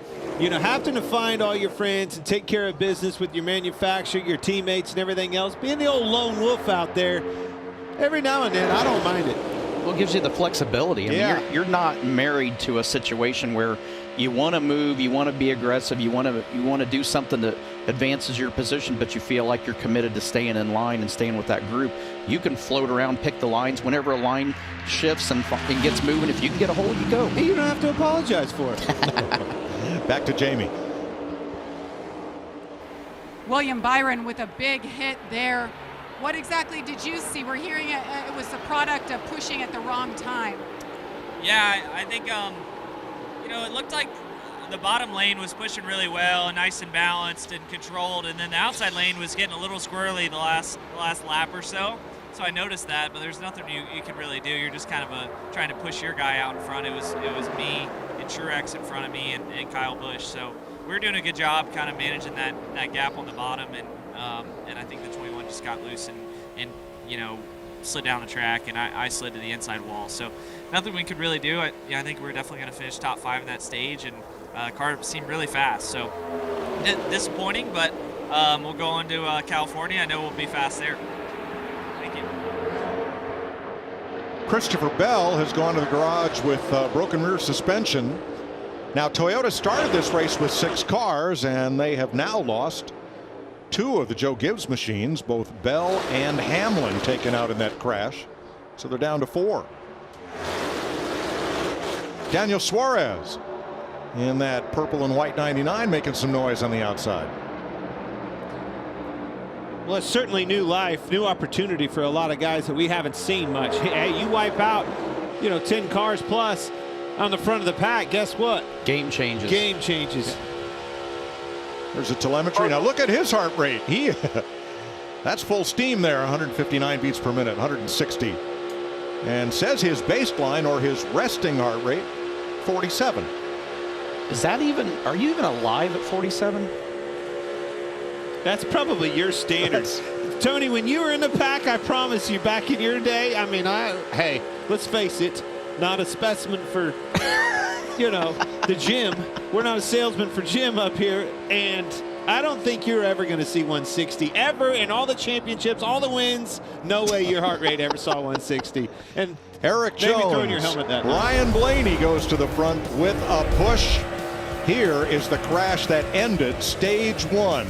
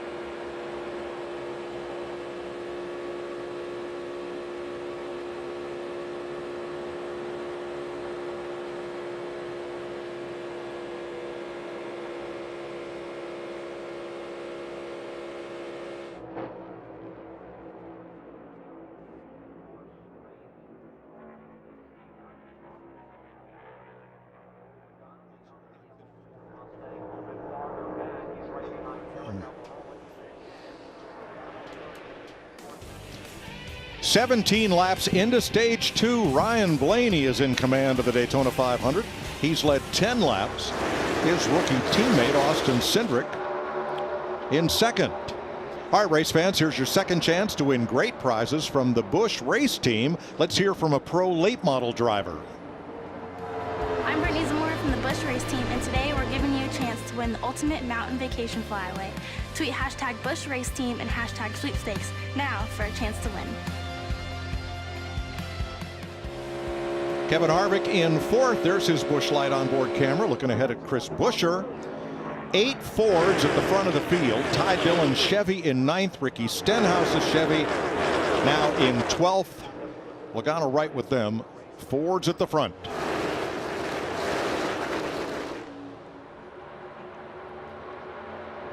The Toyota numbers have been cut from 6 to 4 cars. And the Chevys not formed up among organizations as they work a mostly single file draft. I think things are calmed down for a reason right here a little bit. Everybody saw what not to do. Go settle in and ride, log some laps. The second and third place cars talking about drafting. 17's doing a good job of taking care of me and let me do my thing. Copy that, all the way. 2 just come over and said everything's all good with what we're doing here. So just keep doing what you're doing. It'll be more normal now. Just normal drafting. Normal drafting. Well, let's not just see what it looks like. Let's hear what it sounds like with a Crank It Up.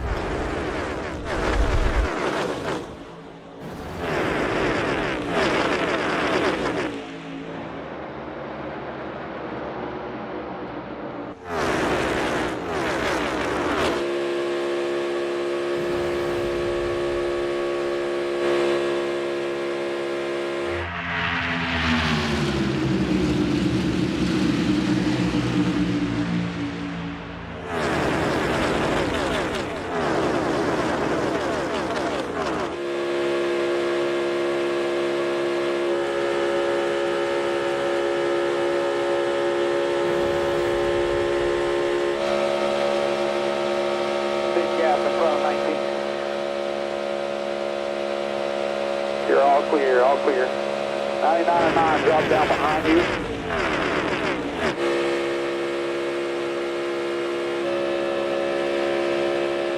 Ten's now tight. Go by half in front of the 42.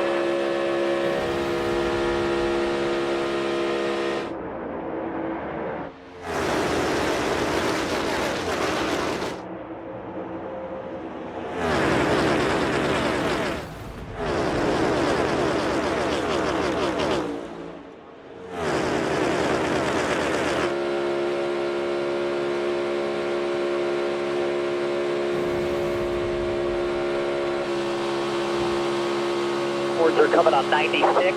I'm probably going to do 100 on track, 101 on pit road.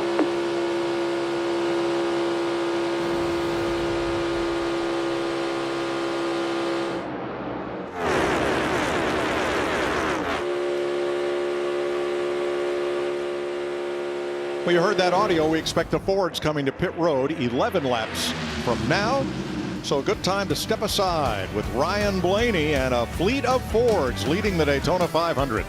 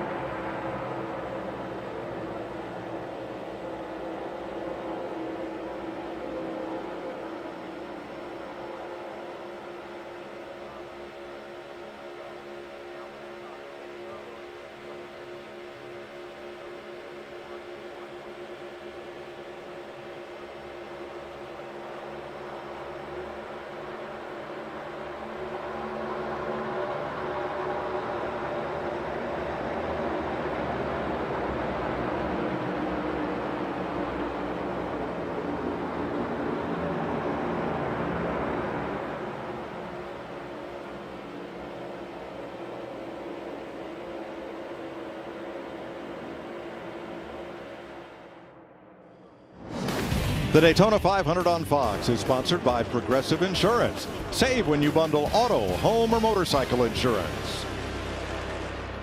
89 laps complete, 11 laps to halfway. Here's the Progressive race summary. Ryan Blaney, one of 10 different drivers to lead this race. Kyle Busch has led the most laps, 28. Keselowski 26. Blaney now 18. We've had 16 lead changes. Still 31 cars on the lead lap. 3 caution flags out of the race. Denny Hamlin, William Byron, Harrison Burton, Ross Chastain, Christopher Bell in the garage fixing his suspension, and Greg Biffle replaced a fuel line as it back on track 60 laps down. Regan? Well, Mike, Kevin Harvick in the 4 cars worked his way up to the 4th position, running strong right now. Interesting, though, earlier in the race when they lost track position with that car, he said it was extremely slow. Couldn't figure out anything he could do with it. Got the track position. Now he loves this race car again, says it's got speed again. So very unique things going on for the 4 car. Jamie? And the leader, Ryan Blaney, giving some advice to his spotter to tell his young teammate, Austin Cindric. Listen in. Just one suggestion for Austin, like, middle of 1 and 2 to off and 2, he's got like the foot from my bumper really close, and I feel like it's supposed to down a lot. So it's either got to be like bumping me on my bumper or like a few feet off. Copy that on exit. So there's a bubble there. You either get in the bubble and push through the bubble or stay behind the bubble. Don't get in that bubble because it actually drags you back. Spotters up on the roof with a good bird's eye view. Vince? Well, and Cindric made that adjustment immediately when his spotter, Doug Campbell, came to him and told him that, echoing no reason to be too aggressive here. And also really likes the way Buescher is treating him from behind, working with him. And Cindric said, it's better when he gives me a bump versus the tandem. It doesn't upset my car near as much. That's a lot of air moving around at nearly 190 miles an hour. Let alone a rounded rear bumper like we heard earlier, depending on what side you are, is changing the balance of the car. So just a quick tap there, it'll give you that forward momentum, but won't turn the car loose. Ryan Blaney, a 2-time Daytona 500 runner-up, winner here last August in the 400-mile race.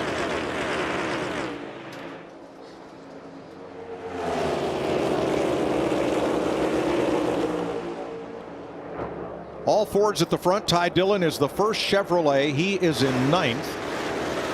Kyle Larson in 13th and 14th. Noah Gregson. This is the Beard Motorsports number 62.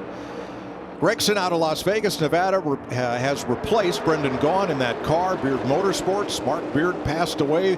His wife and family decided we're going to keep racing. That team has 1 full-time employee, and here they are, racing to try to win the Daytona 500. They only run here in Talladega. It's pretty cool. Yep. That 1 employee, you ought to be pretty damn happy. 1 full-time employee. A lot of helpers and volunteers. Should be proud. There's your Xfinity fastest lap. Last time by Brad Keselowski, who runs in 5th place. Kevin Harvick in 4th. Todd Gilliland in 6th place. Chris Buescher in 3rd. Austin Cindric in 2nd place. Darren Shaw is that young man's name. And he's the 1 full-time employee of Beard Motorsports. I'd say he's pretty happy right now.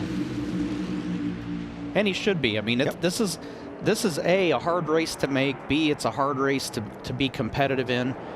And you got to have some luck go your way, and getting through that last major wreck is a big step in that equation to getting to the end of the day. Now it's a 3-car Rookie of the Year battle here. Harrison Burton, we've talked about a lot. He was up front. He's in the garage with a flipped over race car now, and he is okay. But Todd Gilliland came up much the same way. He's in his very first career Cup start. There is Gilliland in 6th. He replaces Anthony Alfredo this year for Front Row Motorsports, coming here after a couple of Truck Series wins. And a dad who always ran well here at Daytona, David Gilliland, and a grandfather, Butch Gilliland, who was a star of the Winston West Series. Good genes. Yeah, David and I actually ran a lot together at the restrictor plate tracks at Talladega and Daytona here. He was always good help, and we always were able to. He had the confidence in me, and I always knew when I saw him in my mirror that I had the confidence, that I had the flexibility to move around and know that I had somebody that would go with me. David now runs a late model program for a lot of up-and-coming drivers. The other driver in the rookie battle, Austin Cindric, he's right in the thick of it, second place, behind Ryan Blaney. There's your Fox Nation cam for Landon Castle, currently 27. Well, things have settled down here in stage 2, and here's why. Everybody got a good look at the underside of the Wood Brothers 21 when Harris and Burton went for a wild ride, ending stage 1.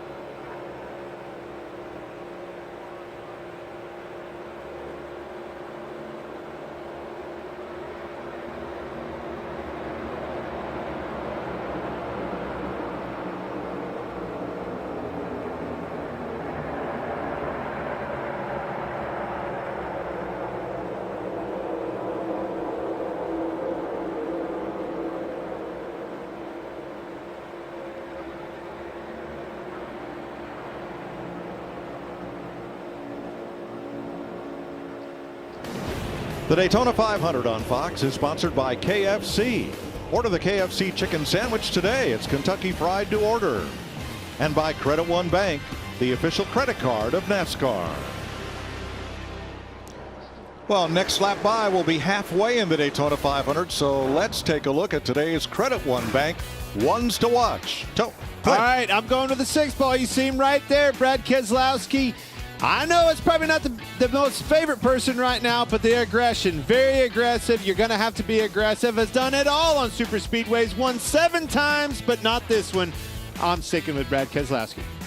Clint, it's been 15 years since Kevin Harvick won that 2007 Daytona 500. Who would ever believe he's on a 43-race winless streak? Tony, this could be the day the closer closes the deal.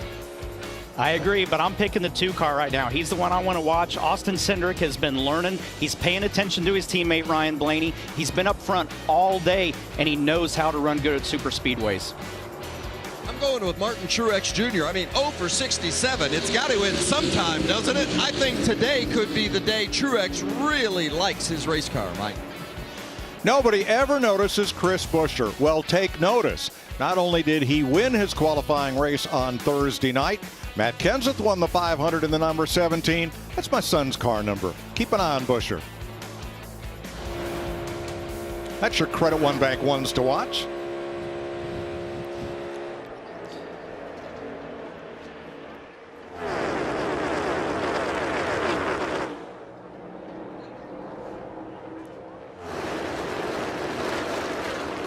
The entire pack, save 1 car at the back, is there on the inside lane, and it's going to fall in line. So, Larry, we did hear something about the Fords coming at lap 96, which did not happen. Now what do we expect? Yeah, I think they'll go as far as they basically can on fuel, Mike. I look for them to come anywhere between lap 106, 108, right in there, which is only about 6 or 7 laps, and that'll put them about 20 to 22 laps to go in this stage. And I feel like part of that is there's no pressure. They're not too wide. They're not having to lean on each other to maintain track position. It looks like everybody's fairly content to stay in line right now. So when they're single file like this and in a single, you know, you're not too wide. You don't have a lot of air disturbed on both sides of you. It makes the cars drive a lot better. So the cars are handling they're probably handling fine at this point. So there's really no pressure to do that. And all you're doing is stretching that fuel mileage out to where at the end of the stage, you got a lot fresher tires to finish. Well, 50 years ago, A.J. Foyt led 167 of the 200 laps, but he didn't have the kind of traffic that we have here. This is picking up. They're on pit road, the Chevys. Chevrolet's in. RCR group seems like. And these are the single and two car Chevrolet teams coming in for right sides and out. Whoa. Very close on the Rick Ware crew there. Now, we listened in on stage 1 winner Martin Truex. Think about flipping it here. Throwing it out there. I'll do whatever you want. We're going to race for it. We need to have a hell of a pit stop. You got to be at the front or we're going to get wrecked. You know what I mean? Doesn't like where he's running. And I don't mind that right there. If you're single file and you're just logging laps, one thing. But if you get pushed, you know, 2 and 3 wide, I agree. You do not want to be in the eye of the storm. You're getting a wreck. He's wanting to know, can we do anything? 2 tires, get off cycle of these guys.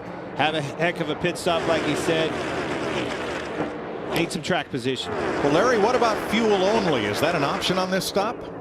I think it is an option, and quite honestly, I don't see tires doing a lot. And you think about issues we're having getting tires on and off, absolutely fuel only, especially with only 20 laps to go in the stage. But you have to have friends that's on your same page. And we haven't talked about it much. The pit crews, I think, have the possibility to dictate the end of this race. I mean, it has potential for these pit stops, and with single lug wheels, something that's totally new to the series and new to these tire changers, this could be a big deciding factor.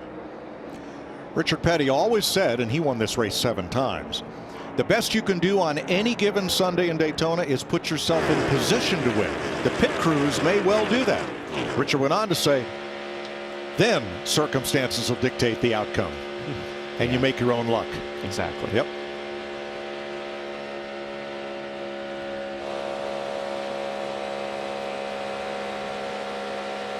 Now the 4 remaining Toyotas are 18th through 21st in this draft. That's not on the outside looking in, but not far from it right now. No, but it's not reason for, you know, cause for alarm either. I mean, they're grouped together. They're still where they want to be with each other. And as long as they stay attached to that lead pack, that's the main thing at this point. Now the Chevrolet is a different story. From 13th through 17th are all Chevrolets. Kyle Larson, Noah Gregson, Stenhouse, Reddick, and Jones. The remaining teammate in the race for Larson is Chase Elliott, but he's back in 23rd with Daniel Suarez. Let's get a pit road update from Jamie. Well, Mike, you guys were talking about the Toyotas. They took right sides on the last stop. Well, Booty Barker, the crew chief for Bubba Wallace, just told him, hey, tires aren't doing much, so this next stop, we don't need to take tires at all.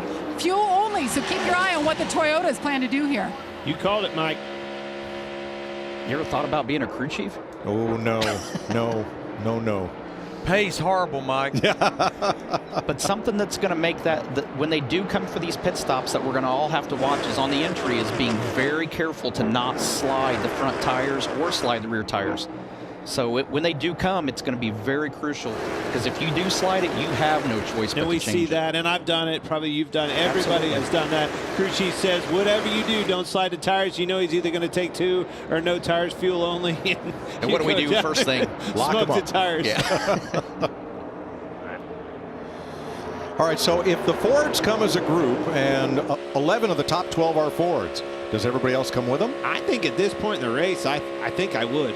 You have to. You don't have a choice because we know that there's strength in numbers. Oh boy, they're all peeling off. Feeding time at the zoo. Here they come. Everybody except Martin Truex and the Toyotas will pit. Vince. Austin Cindric in this 2-car. It's going to be right side tires and gas. They've been really happy with it. He's been extremely comfortable riding behind his teammate Ryan Blaney. It's smooth, Regan. Sure, very happy with his race car. No changes and gas only. Jamie? The 12 of Ryan Blaney, remember, he had problems last time. They couldn't get those rear wheels to adhere to the car to try to tighten up. Good job this time in the 5, but Kyle Larson fuel only. That was a land rush off pit road. Larry?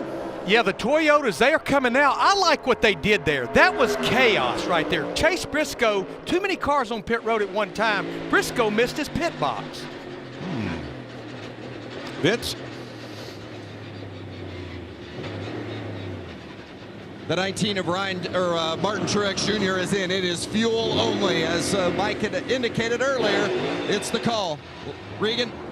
Kyle Busch, a strong recovery in the 18 car. A little damage on the right front, but it's not affecting him too bad. Jamie? Bubba Wallace's car's been looking good, feeling good.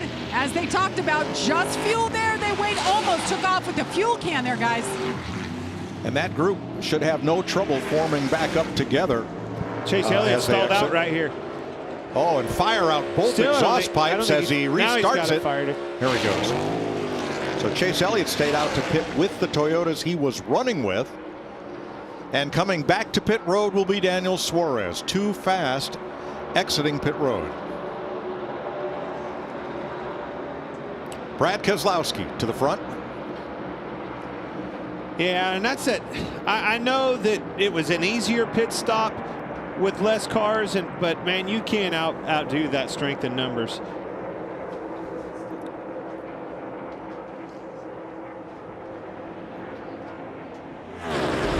Now here's a consequence of pitting with everybody. Watch the red number 14, Chase Briscoe.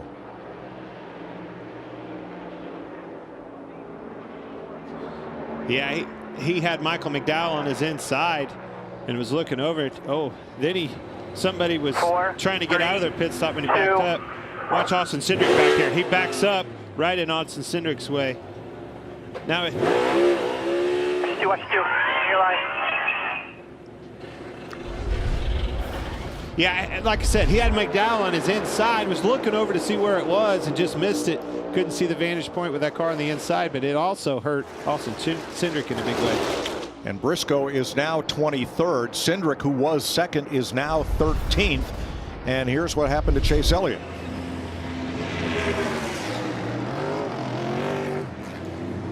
He just stalled it. And that's him. The flames out the pipes are just him trying to get the car restarted. It's just the fuel in the exhaust pipes. Raw fuel. And Chase is now 22nd. They're all still on the lead lap. 27 lead lap cars. With Brad Keselowski and Chris Buescher, Team RFK out front.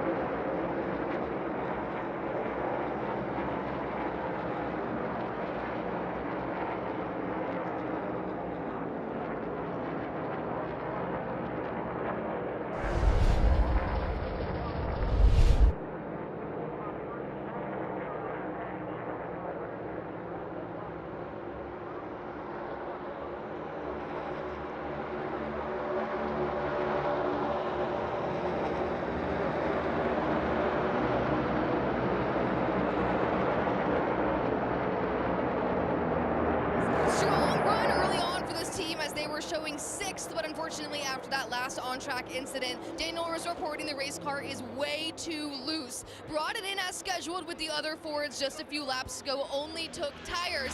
The team is reporting that they're going to need a caution to have enough time to fix the potential problem with the race car.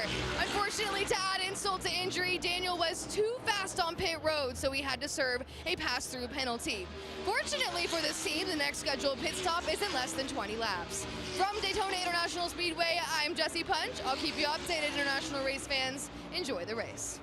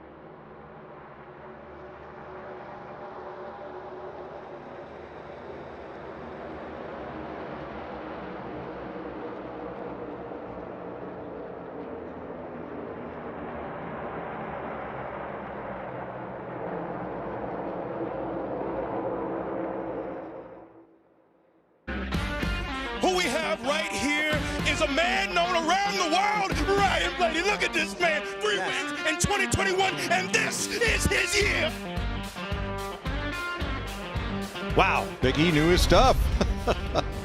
Blaney now third behind Keselowski and Buescher. So here's one of the questions in Clint's Stage 2 contest on the Fox Bet Super 6 app. Who leads the most laps of that group by the end of Stage 2? Well, right now, Ryan Blaney. You could just keep running that around there longer. Yeah. It's going to be a no-brainer. Round and around. He's led a total of 36 laps so far. Now, Tony, you were saying as the Toyotas came out of the pits, we saw that whole draft that was formed up just shoot right by them in the back straightaway, but then they got a break.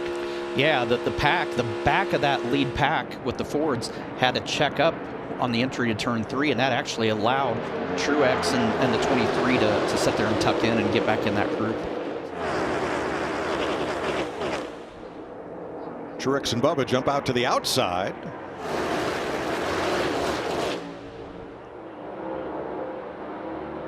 Along with Kurt Busch and the 18 of Kyle Busch.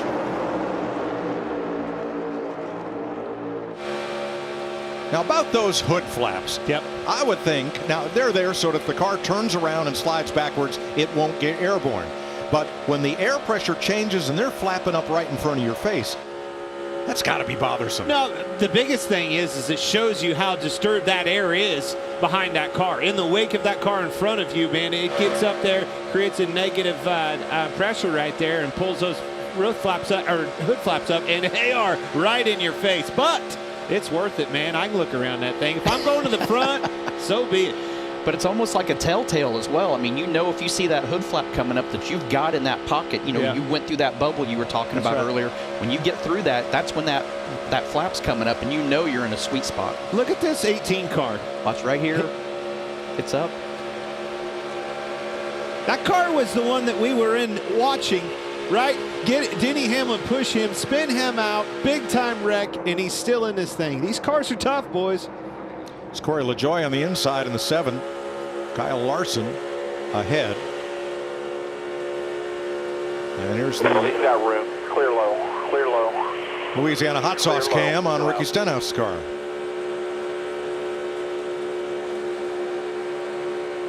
Bottom's good. Bottom's good. Clear low. Starting to see some moving. 12 to go. Into these stages get interesting. In the back of that pack from about 10th on back, things have gotten busy. Jockeying for position. Not happy with being back there. You heard Martin Truex talk about it. Now he's formulated a line. He's getting his wish. Making it happen.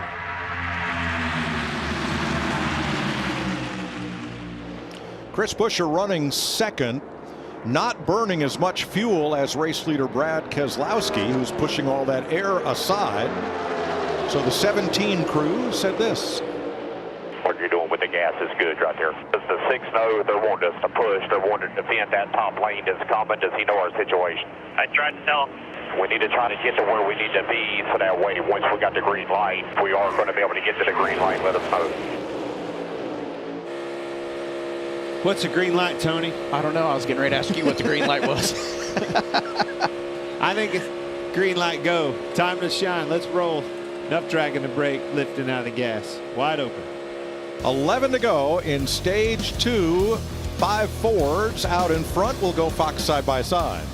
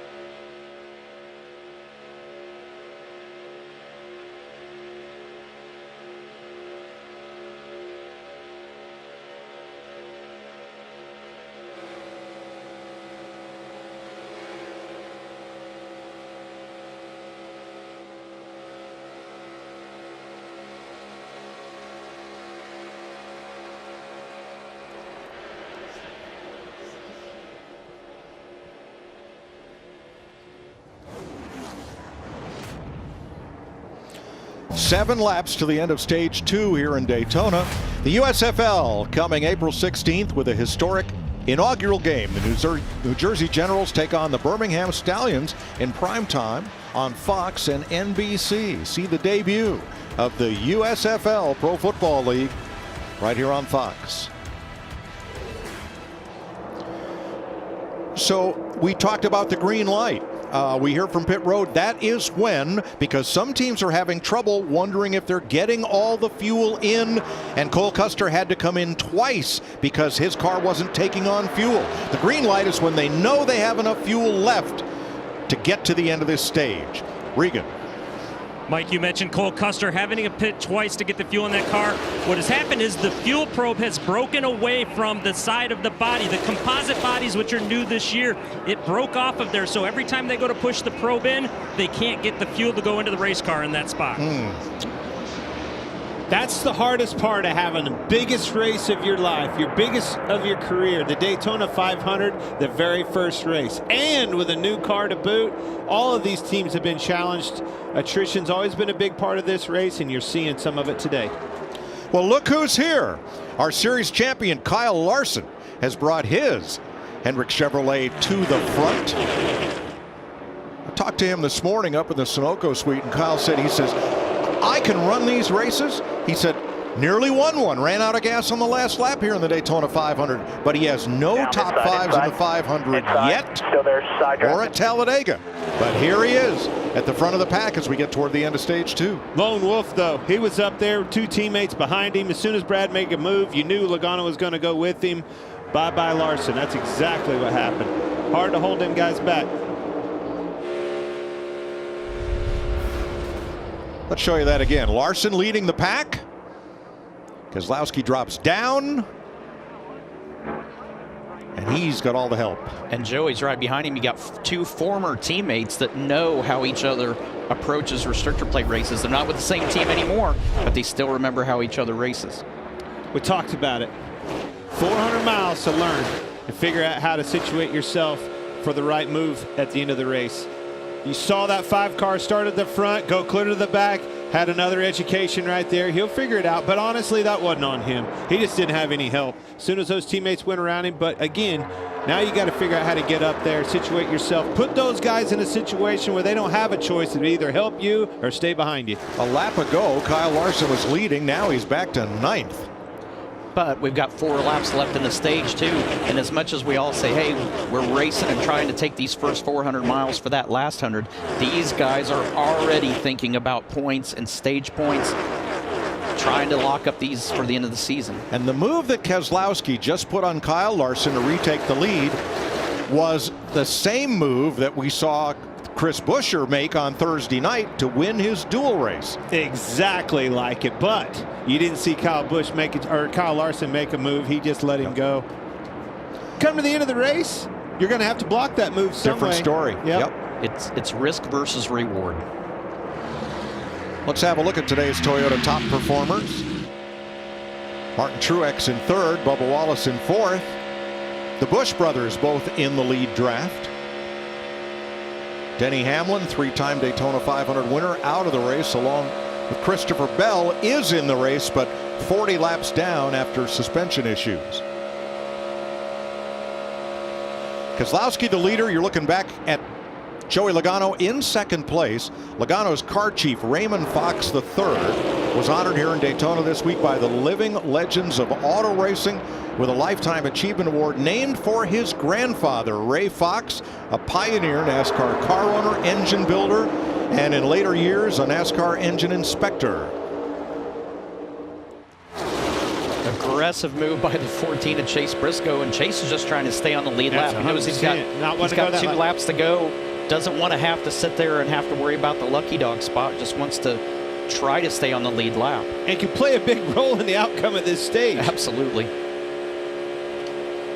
How about this? Logano decided to stay with Briscoe, a car that's trying, you know he's going to go for it because he's trying to stay on the lead lap. Left Brad Keselowski back. Now Logano's going to try to make his move, probably coming off of turn 4 to win this stage.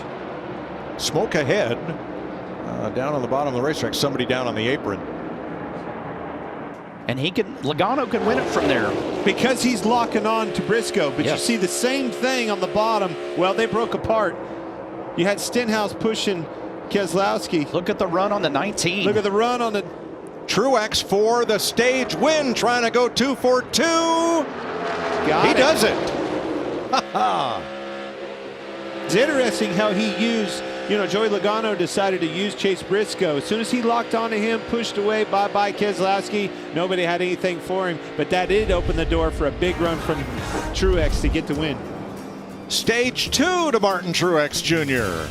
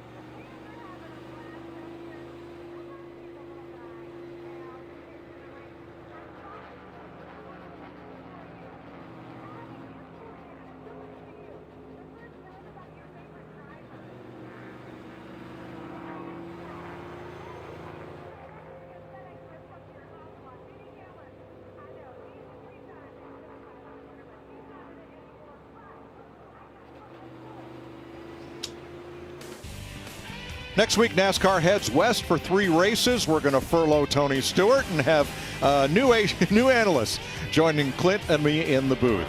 In California, 2003 Cup Series champ and 2-time Daytona 500 winner Matt Kenseth. Then in Las Vegas and Phoenix, Danica Patrick will come and join us. Please hurry back soon. I'll be back. I'll be back for COTA, so I'll come back and harass you guys. You're a road racer now. I've done my share of it. COTA's a fun one. You're going to like that.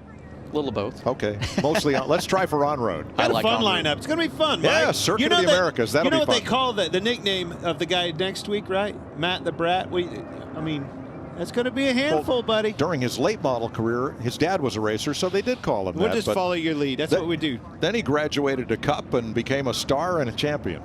You guys are going to have a lot of fun with Matt. Matt is awesome. He's got a great sense of humor. He knows these cars inside and out. Not the new cars, obviously, but he knows stock car racing inside and out, and he'll do a great job for you. He's got a great sarcastic wit, and it's probably going to be Monday afternoon before I get it. I get some of his lines. But we're going to have a lot of fun next Sunday in Fontana, California. And then Danica for 2 races after winning the pole here in 2013. Most laps led by a woman driver in the Cup Series ever. The end of stage 2, and they come to pit road for service. When pit road opens, here we go. What will they do? Vince. Martin Truex Jr. leading him down, stage 1 and stage 2 winner. He's been up on the chip a bit on the radio and, of course, up on the wheel as well. Crew Chief James Small has given him a fast one today. And Joey Logano started from the rear, pits P2. Regan? Chris Buescher running in 7th. The plan here is to take 4 tires right now, setting them up for later on in the race. Jamie. Bubba Wallace in the 23 been really happy with this car today. 4 tires this time. He took 0 tires last time. They'll wait on the fuel. They told him to wait. They're having to remind the drivers, go on our call because the fuel takes longer than the tires this year. Here's your Ram race off pit road. Mostly all 4 tire changes. And yes, the fuel dump can is the same size it was last year. However, NASCAR has put a restrictor in the flow of that, so the fuel feeds more slowly. More work on the right front of Kurt Busch.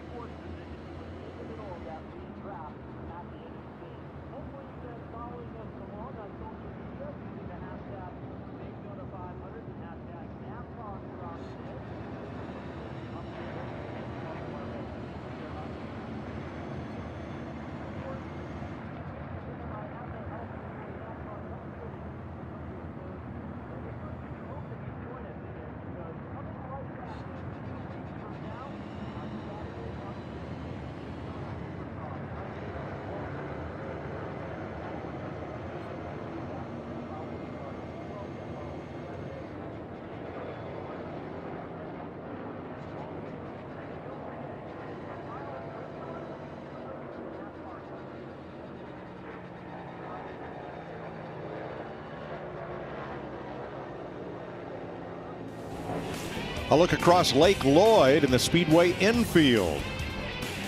This massive complex, 2.5 miles around the oval that is Daytona International Speedway.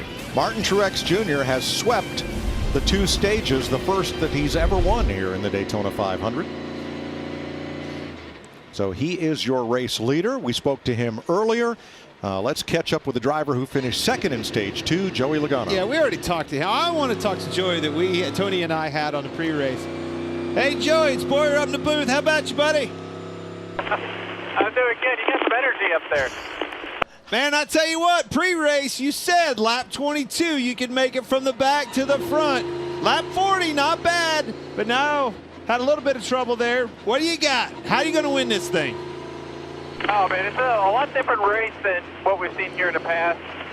It seems like drivers get more and more comfortable out here making moves. The first stage and most of the second stage, I haven't seen anyone make big moves yet. And I think everyone's just getting comfortable and trying to log laps. But I'm making moves.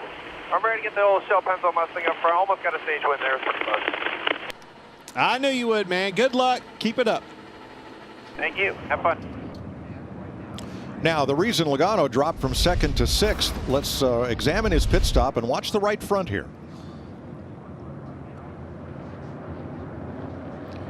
Yeah, one thing I noticed, Mike, is the tire changer when he first went to take the right front off, it was old school. He had the air gun already running. He had to stop the air gun, put it on the nut, and then engage the gun. That started kind of going downhill from there.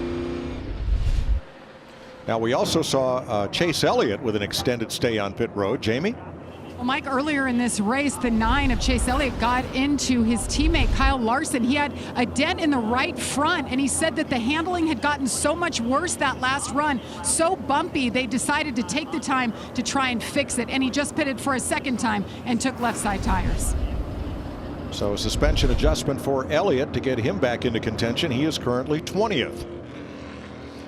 Time for another Busch Race Team Sweepstakes giveaway. Time to win some money. Here's an Xfinity Series driver. Hey, I'm Natalie Decker from the Busch Race Team. You don't have to be racing at Daytona to bring home a big prize. Tweet hashtag Busch Race Team and hashtag sweepstakes now for your chance to win.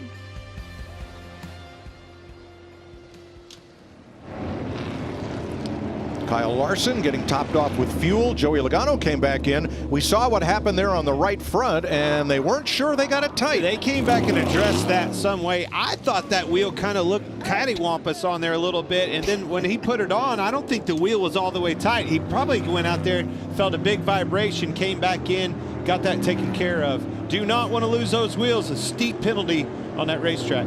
Now, those pins have to fully engage, and earlier this week, a couple of teams, Penske and RFK, modified some wheels to make sure they would seat for a safety issue, but NASCAR said we're confiscating those wheels, taking them back to the R&D Center for further inspection because no modifications are supposed to be made. Well, the results are in. 3 people split $25,000. Were you one of them? I unfortunately was not one No, of those. neither was I. 3 people went 6 for 6 in Clint's Stage 2 contest. They will split $25,000. The fine print says pending verification of eligibility. Good job, folks. Good picking. Stage 2. Next week could be your week, guys. That's right. You can play every week for free. Win Clint's money. Why couldn't I get him to play for free when he drove for me? Win Tony's money? No, just it cost me a lot of money. Okay, these cars are going there. Yeah. Let's talk about the Geico restart zone. So the lead car, which is Keselowski, gets lane choice, and he chooses the outside. When they get to the Geico restart zone, that lead car, the control car NASCAR calls it, has to fire off first for it to be a legal restart. If he doesn't go by the end of the restart zone, the flagman will restart the race. We're going to listen in on Bubba Wallace and Team 23. Freddie Kraft, the spotter. Coming down. All right, half on the front. Get settled in here.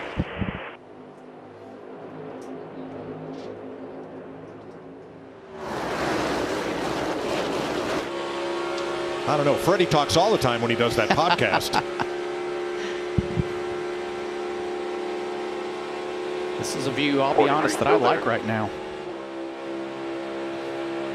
You heard that in-car right there. That was 5th gear. That's something new with these cars. We've been talking about it earlier in the week with the duels and practice and things like that. But that is definitely something that, hey, how many times you come off after a restart, you're in high gear, 4th gear back in the day, well before you got to the, halfway down the back stretch. Something definitely new this year. Sequential shifting.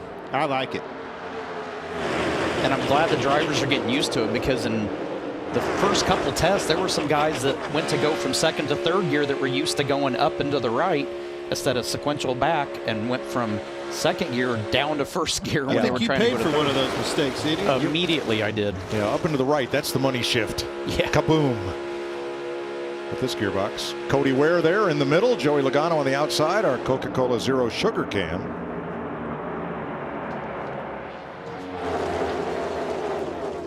Remember, Logano came in, made an extra pit stop to make sure that right front was tight. So I had to restart at the back, and is 20th. Ryan Blaney has led a lot of this race. He is 6th. He's led 36 laps so far. Kevin Harvick outside of him, leading the outside lane. 22 cars still on the lead lap, the last of which is Michael McDowell, who had a speeding penalty on his pit stop at the end of stage 2. We just saw the graphic there of Chase Briscoe, who made a pretty aggressive move to get in front of the leaders to finish ahead of them in the stage. That has paid off. That's got him in the top 10 right now. That's right. He finished just ahead of Martin Truex. Finished stage 2 to stay on the lead lap. Otherwise, you're waiting around out here, driving around, making laps, waiting for something to happen, an opportunity to get back in the lead lap. Great point, Tony, and a great move by him. That was a pretty bold block that he had to put on a leader of the race as a car that's going a lap down. Something that we don't normally see, but it paid dividends for him. 62. Noah Gregson to the inside, moving up. Off you by half, 62 down there by himself, then 1 back to 8 behind him. 10 can't get to you, trying to get to you. That's 10 feet away. 62, bottom's covered still. Spotter for the 4, Kevin Harvick. All right, instead of going to a commercial break, we're going to stay right here and go Toyota all out. Bubba Wallace in 3rd. Martin Truex has won both stages. In 12th, trying to work his way back to the front. Kurt Busch back in 19th. Kyle Busch 20th. Still all in this lead pack. Christopher Bell laps down with suspension issues. Denny Hamlin out of the race in the big crash at lap 63.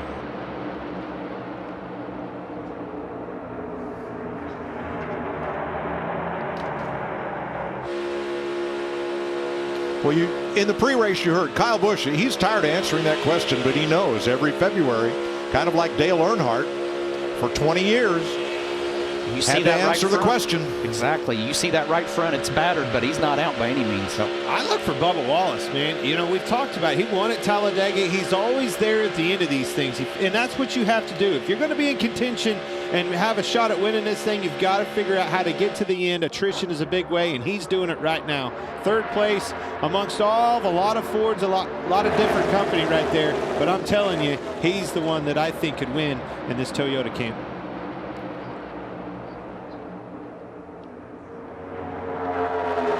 Bubba Wallace locked on to Austin Cindric, running 3rd. Toyota Racing has seen much success here at Daytona and in the NASCAR Cup Series, but for Toyota drivers, teams, and fans, it's all about the countless memories along the way.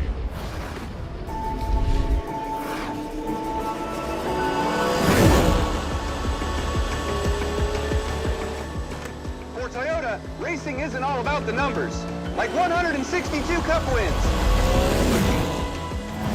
Our 3 Cup Series championships. How about those 3 Daytona 500s?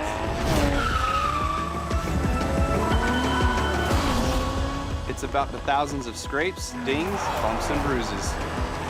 It's the millions of fans and the endless rain of confetti. It's the countless I love yous. Our success is in a generation of memories. Here's to the next.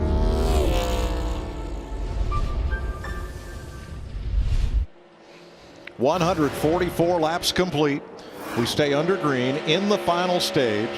It's the 18th try for Martin Truex to win the Great American Race, and the 17th Daytona 500 for number 18, Kyle Busch. And the thing that rubs you so hard for those guys is the coulda, woulda, shouldas. I remember back Truex, photo finish at the end. How many times Kyle Busch has been in contention and you just can't get it done? And Tony, nobody knows that better than you. I mean, you won, what, 19 times you won here, and you couldn't win this race of all races?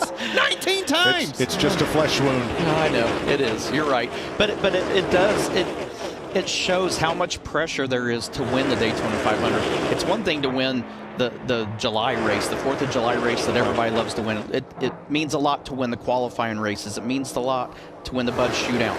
But to win the Daytona 500, how special that is, you know, there's so much pressure leading into this day. Well, they asked Darrell Waltrip that question for 17 years, but they asked it because for 17 years they thought he could win it, coulda, woulda, shoulda won it. So you keep getting asked that question, it means they think you're a contender. That's true, and every year that it doesn't happen, it makes that intensity even go up the next year. What a gorgeous day in North Florida. Finally, we got one after a couple of years of rain and delay. Here we are running the Daytona 500 right on time, 54 laps to go. The Thunderbirds are here. Brad Keselowski is the leader, and Harrison Burton, one of those out of the race.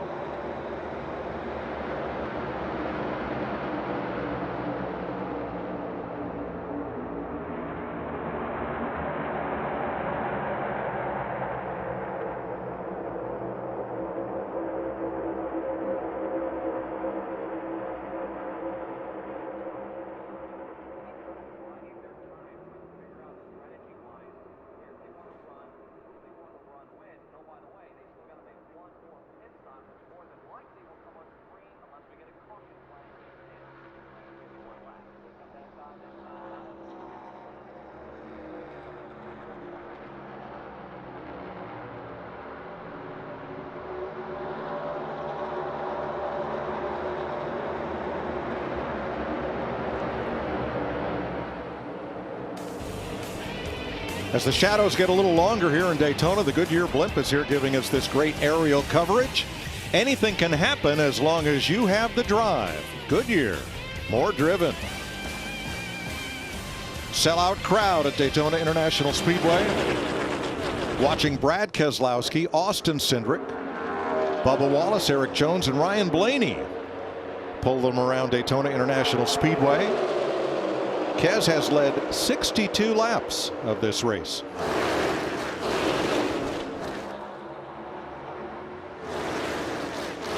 Getting a little three-wide action here.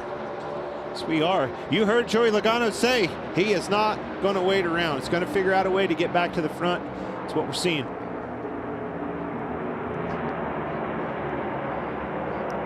Kevin Harvick right in the midst of all that. So as the laps wind down, your chances to win an exclusive prize from the Busch race team are winding down too. Here's more from an ARCA driver. Hey NASCAR fans, I'm Amber Balkan. Crash out of turn 4. One car got sideways into the wall, and half a dozen cars are in it, including Joey Logano.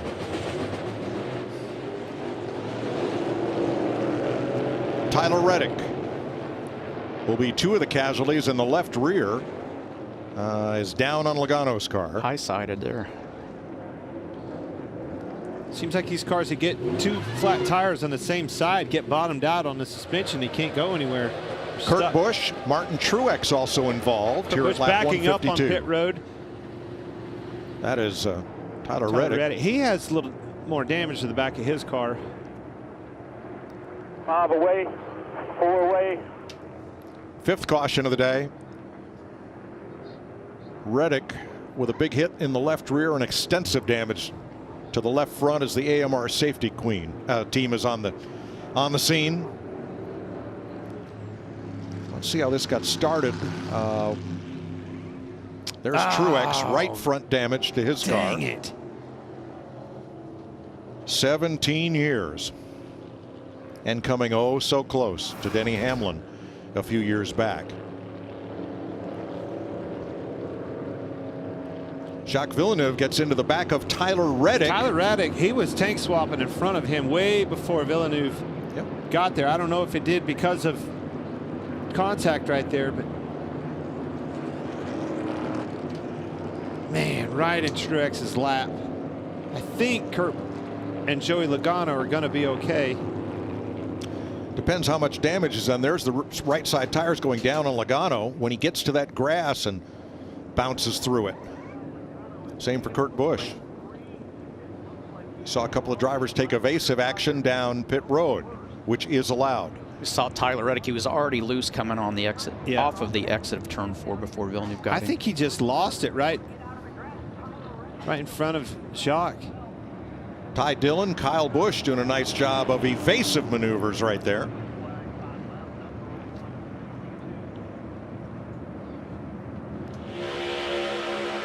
Corner.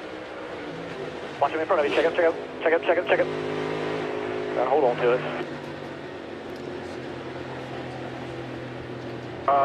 Feel my nose.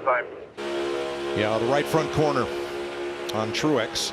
Getting loose, wrecking up the hill. Come down, down, down, down, down, come down, come down, come down, come down. All right, hold it, hold it. Stay in the I don't ground. think he ever hit anybody. 2 more cars coming to the top. All that was when those right side tires went down. Jacques Villeneuve audio. He got loose. That wasn't your fault.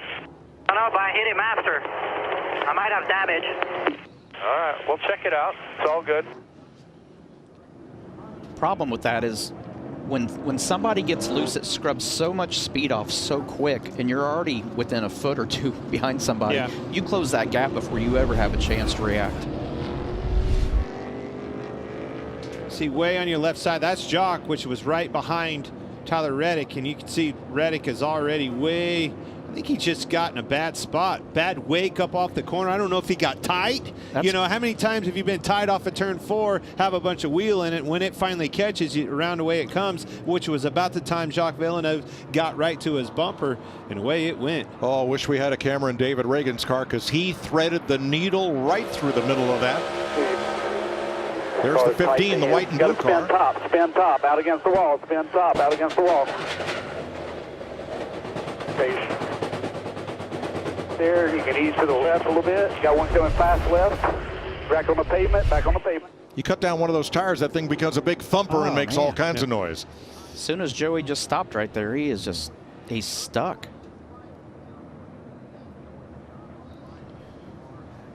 You know, David Reagan retired, hung up his helmet. He came back to run this one race for Rick Ware Racing, and watch the Georgia driver just slide right through here.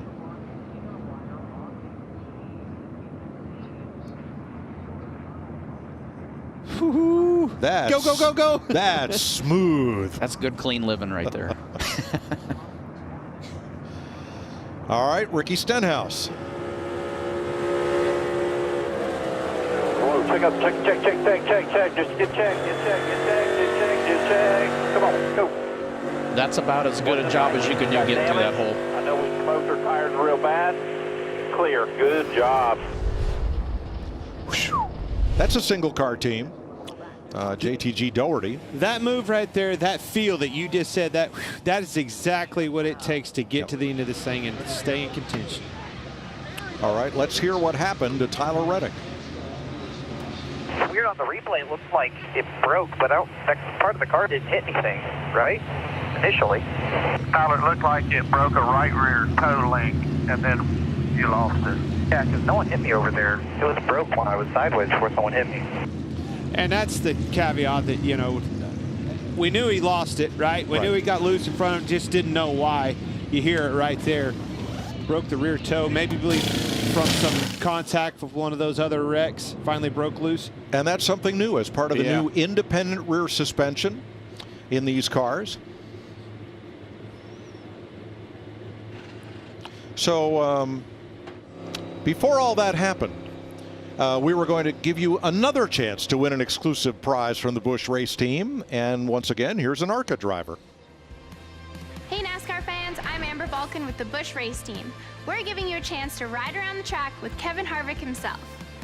Tweet hashtag Busch race team and hashtag sweepstakes now for your chance to win. I don't think I'd want to take that ride today with Kevin Harvick. Things are about to get very busy out there. I would. Yeah. If I jump back in there in a heartbeat. I might want to be behind the wheel, though. That's where that's the part that scares me. Jamie. How about this for a neat little story here in the top 10? Noah Gregson in the 62 making his Cup Series debut for a team that's owned by that lady, Linda Beard. Family has been involved and loves racing so much. After her husband passed away, she decided to keep it going. They're only doing the super speedway races. They have one race car and one full-time employee. Getting it done so far here today at Daytona. Noah Gregson in his first Daytona 500 and running 8th. Yeah, thank you, Linda, for doing this. It's you know, it's hard losing a spouse, and for her to continue with this race team, that's an awesome deal.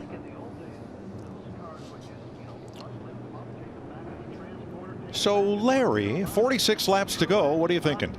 Well, I've got a fire in here, and it's my calculator that's burning up right now, because remember, the fuel window is 38 to 42 laps. We're coming right now with 45 to go. Now, remember, 38 to 42 laps. Numbers all week based on wide open throttle. I think you come here, you only have 13 laps on your tires. I think you come here, you pack that thing full of fuel, and just maybe.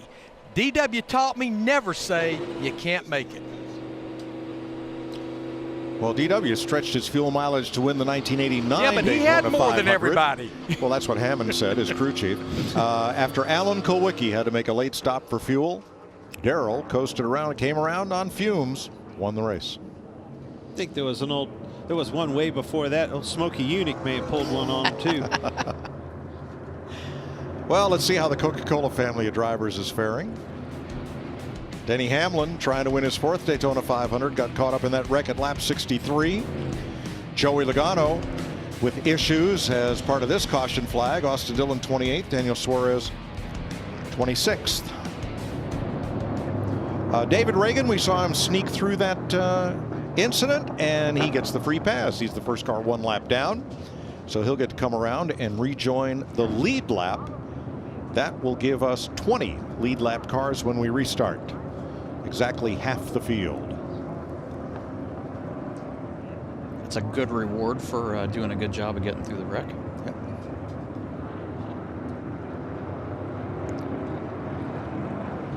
.45 laps to go. Let's see if pit road opens up this time around. They wanted to open it last time, but there was a car stopped in someone else's pit stall as a result of that crash, and now it's being towed away. Time.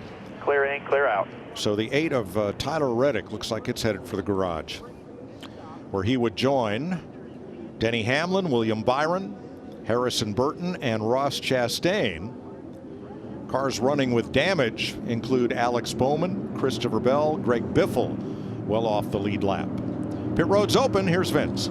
Well, and for the leader, Brad Keselowski, it's going to be a clear in and clear out to his pit box. Still going to be a couple of laps short on fuel, they have told him, if they're going to make it to the end. Regan Smith.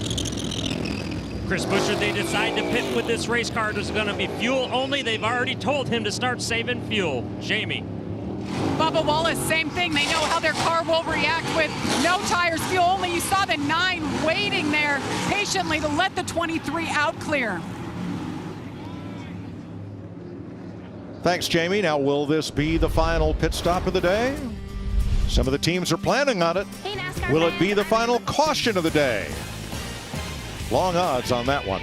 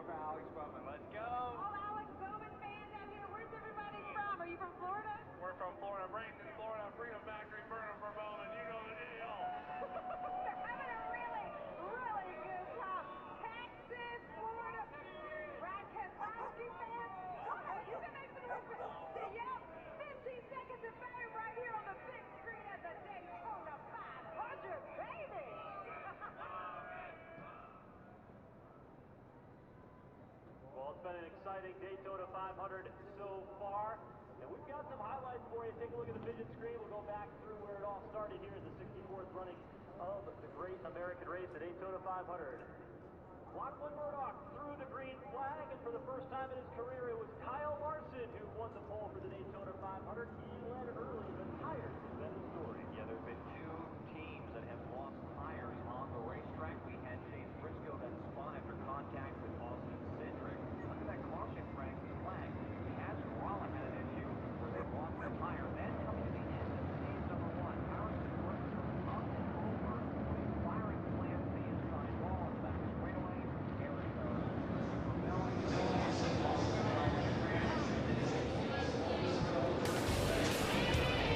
Daytona 500 coverage live from Daytona International Speedway Race Break with Jamie McMurray, Chris Myers. It's been fun so far. Weather fans excited. What's caught your attention? Well, it seems that the second place car can kind of control this race by pushing whoever's in front of them. Brad Keselowski seems to be the car to beat up to this point, but now's when the chaos is going to break out. So you don't want to necessarily be in the lead on that last lap. Let's recap if you tuned in a little bit late. More than 150,000, beautiful weather, largest crowd, best weather. Lachlan Murdoch with the green flag to get us going. Charles Woodson, the Hall of Famer, our Grand Marshal, already a tire loose. Yeah, had Kaz Gralla actually lost a wheel early in the race. And here you see Austin Cindric get into the back of Chase Briscoe. Now, Chase Briscoe was able to continue on, though, didn't tear his car up. He's still on the lead lap. This super scary wreck for Harrison Burton. You're going to see him flip right here. Unbelievable footage underneath his car. William Byron, hard impact into the inside wall. And look at Harrison Burton's car, Chris. Unreal, that car. Landed on all 4 tires, so Harrison Burton, okay. And obviously Denny Hamlin, you saw the 11 car involved in that. And then another big one. So we've had 5 cautions for 3 different incidents. Yeah, Tyler Reddick actually had a part failure, we think, right there in the right rear toe link. Causes huge damage to his car, gets turned into the outside wall. His day will be done. 16 involved in the crash today. All right, you talked about Keselowski. Let's talk about what you think we're going to see over these final few laps. Well, obviously the manufacturers are getting paired up. We've seen some guys be able to get in between different makes of the cars. But as this gets down to the end, people are going to get more aggressive. We know that the more aggressive you are pushing, that's the lane that moves forward. It's not totally about having the most cars. As it gets closer to the end, the guy in second or the side-by-side rows is just going to continue to get more and more aggressive. It's great to be out here right near the start-finish line. You can hear how loud it is. Let's go back upstairs. Clint Boyer's always loud, along with Tony Stewart and Mike Toy. Gentlemen. Thank you, Chris. 42 laps to go. And if you have your fuel cell completely full, you might make it. Just might. That's if we don't go into extended overtime. Kyle Larson had to get pushed out of it, started out of his pit stall again here. right there. Happened to, Chase Elliott earlier. Some of the things I think we're seeing on that, Chase Elliott, his teammate, and it's taken a while to refire with both of them, but I've seen that down across pit road today. We saw Chase Elliott, one of your cars out there at the Coliseum, and Tyler Reddick both warming their tires up, dumping the clutch, and broke the transaxle out there. I think all those drivers are mindful of that, not wanting to do that. Now note your leaderboard. Martin Truex was leading, but he's now down at the bottom in 20th. Last car on the lead lap made a late pit stop to top off fuel before we go green. I think that's a good decision. Had a lot of damage on his right front, too. I'm a little bit worried about that. The Toyota pace car, the Toyota Camry TRD, brand new, makes the sharp left turn onto pit road. And we are back under green. Austin Cindric and Bubba Wallace out front. 1434.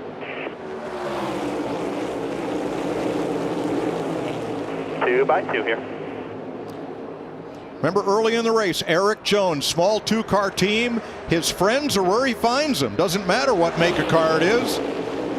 This time it's a Chevy helping a Toyota with two Fords down on the inside. You want to be in a car now, Boyer? Yep, sure do. Want to be in that two-car right there. Leading this thing. Everybody behind you.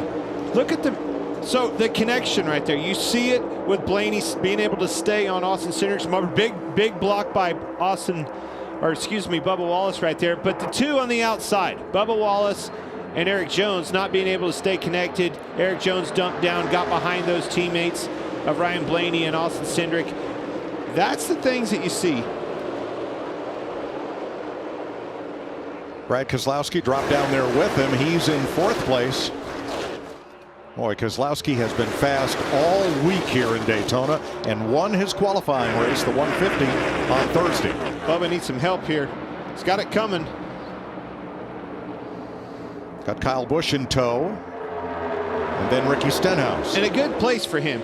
Kyle Busch is probably going to stay right there, not want to spit you out or anything. He's got damage on his right front, so he's going to be a good pusher. He doesn't necessarily want to be the car leading because it's probably going to have some drag. He's going to give old Bubba Wallace a ride, and they're moving to the front. Yeah, he got a shot from Stenhouse right there. Yeah, and Ricky's good at pushing. He's not scared to do it. He will get that line moving on the outside.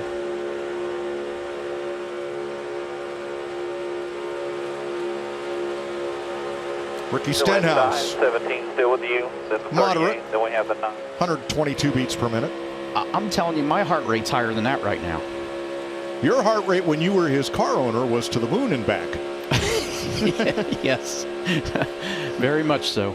But man, when that kid won, it was spectacular. He won us a lot of races, and I jokingly say he almost put me out of the open wheel industry. He wrecked everything I had and wrecked cars we didn't even have built yet. But man, when he won, it was spectacular. That kid I had a lot of fun racing with Ricky. I love that kid.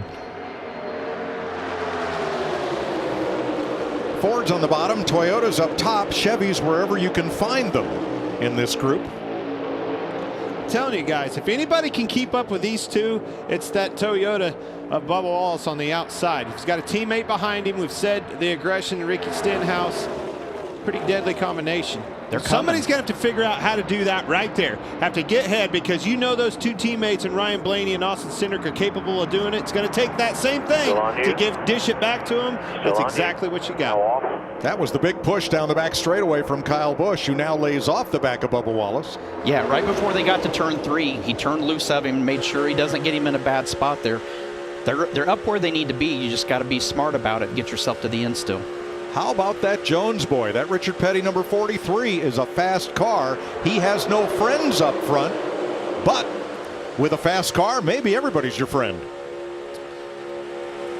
Will Bubba ride it out up there, Tony? Will he stay with the guy that got him there, or will he move down in front of those teammates?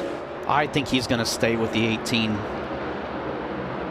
You're not going to have friends. If you pull down in front of the two Fords, he's not going to have friends behind him. At least he's got a friend behind him that he knows is somewhat in the same camp.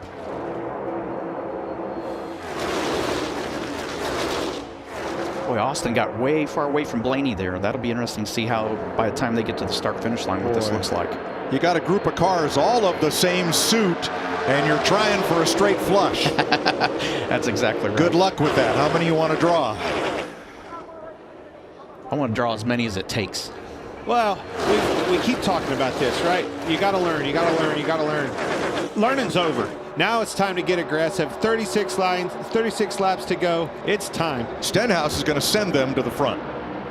Now, do the Toyotas drop down, or do they stay up in that high lane? Bubba moved down right there. And Kyle couldn't. And I don't know again, you need a push right here, and maybe he'll move back up. Come back to the top if you want. Outside. Too late. Outside. Yep. Can't do it now. Here comes Kyle Busch with Ricky Stenhouse and Chris Buescher on the outside. Now, what'll be interesting is if Stenhouse can push Kyle ahead, will Kyle then peel off to stay with Bubba then at that point? Interesting with the damage on the nose of Kyle Busch's car. Can he get out front far enough to pull down? True.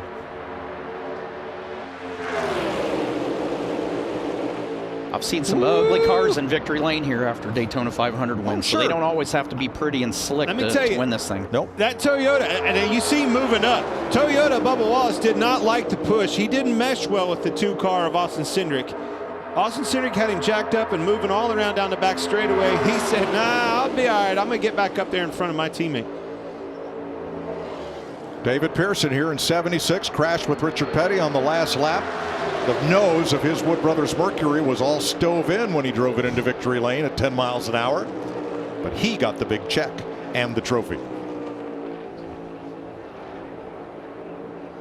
Blaney with a push to the 2. Austin Cindric forges ahead for a moment. Eric Jones still right there in third on the bottom.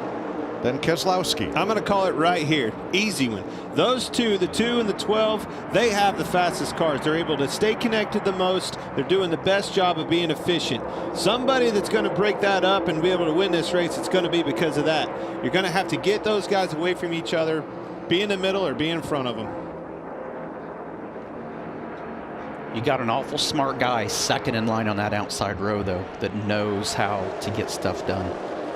That's the saving grace for that outside line right now. He's also got damage, and we saw it. As soon as he got to the front and was leading that line, the old girl just wasn't as strong. He needs to stay right there, stay patient, and get himself to the end of this thing. That's something that you don't see Kyle Busch do very often. Big train coming here. Kyle Busch with a big push. We listened into his team. It's up to you. He asked if we both get clear, if you wanted to move to the bottom, if you felt that was stronger, or stay with where we're at. Yeah, so far I wasn't clear when he went. It's all good. All right, all good. Because when Bubba dropped down, Kyle is saying he didn't have room to get down, but it's all good. That was Tony Hirschman, Kyle Busch's spotter.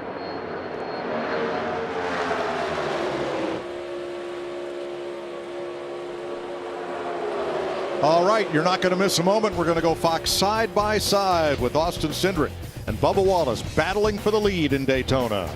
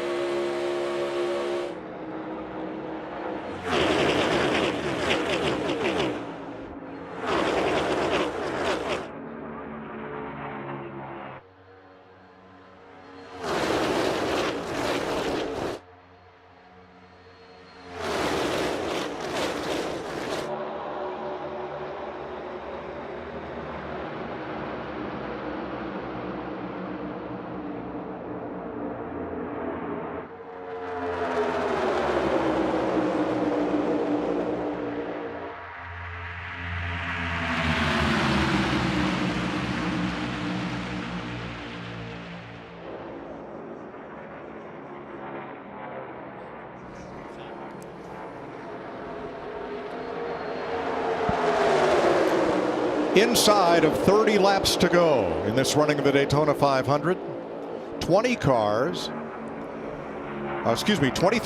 on the lead lap. But the battle at the front has been the Fords of Austin Cindric and Ryan Blaney against the Toyotas on the outside of Bubba Wallace and Kyle Busch. And we talked earlier about how guys were really smooth about how they were packing up with each other. That is totally went out the window. They look like a bunch of accordions right now. Flip side of that. All right, you see those guys, the teammates on the outside working together. They've got the 3-car pack. They need a 3-car pack. Yes. Look down on that inside row for me one time. You've got Bad Brad right there in the 6 car. There's 1 car in between them that they need spit out. Look for him to show some aggression and try to get underneath him. He slips up the least little bit, and he's going to fill that void. Now you got Chase Briscoe behind him and right behind him. How does Michael Mcdowell always find his way to the front in the closing laps of the Daytona 500? Last year's winner. He's patient. He's patient. He sits there and just puts himself in good situations. Doesn't get himself in a bad spot that could compromise what where he needs to be at the end of the day.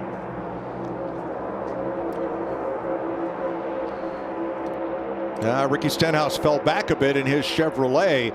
It looks like Bubba Wallace and Kyle Busch need the 47 of Ricky Stenhouse as a pusher. Uh-oh, got a hood flap. Hood flaps broke off the 18 car. Obviously, the tether is holding it on, which is still fair, right? It's still, whoa! Big push right there. Boy, that sent Bubba up the hill, and it seems like Kyle can really push and give Bubba huge momentum, but Ricky has trouble staying with them right there. He needs Ricky to be able to go with him to complete that and stay forward momentum. That's kind of been the story of the week, Clint, because the Chevrolets had single car speed. They dominated qualifying, but they don't seem to have been able to attach themselves to either the Toyotas or the Fords that well in the draft. And you wouldn't think with this new car that you would see that difference in manufacturers, but it does appear today that that's what we're seeing.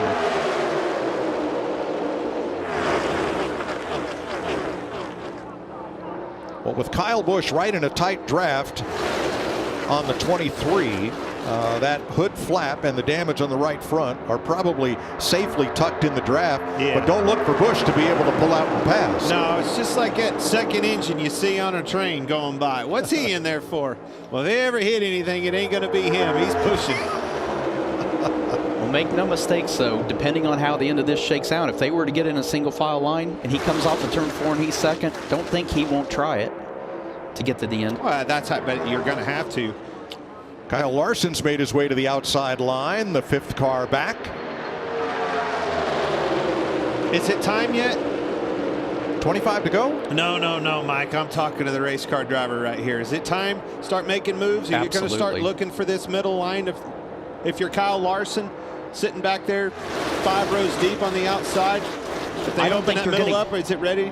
I don't think you're going to get the opportunity because that second line is the middle line right now. I mean, somebody's going to widen this thing out. Somebody is going to be looking for that middle. Oh, look at this, taking them to the bottom now. Well, they got a great push from the 47, Ricky Stenhouse, and that put the 2 Toyotas out front. Zach, I'm up here. Just keep 18 in your mirror. All right, reformed up bottom here. Just watch this group pin down the front. You have a decision on your hands. You're going to move back up in front of Ricky. You're going to stay right there, Tony. That was Freddie Kraft. You got to play an audible right here. You just got to sit there and have a good spotter that knows what lane has the energy and the momentum, and you're going to have to protect it. You can't afford to get shuffled back to 8th or 10th right now. I don't know. You know, obviously we're speculating whether there's going to be a 3rd line developed, but you don't want to take a chance getting put that far back right now. Well, now what can Stenhouse do now that he's the leader of the outside line? Exactly what he's doing. Side drafting off the bottom, find the side draft in the corners and things like that. Come off of them, allow that guy to give smooth bump drafts to your rear bumper. By the way, that guy is Chris Buescher. Who won that duel? Chris Buescher. That's right. He's got a fast hot rod as well. Who told you to watch him in the Credit One thing? Oh, was that you? Yeah, that was me. Look at him making ground. Yes, right. Here comes a big push. And Buescher hasn't even had to lock onto him. New sheriff in town. Ricky Stenhouse. Teammates? I don't need any teammates. I just need a little help. NBA legend Brad Doherty, co-owner on that car.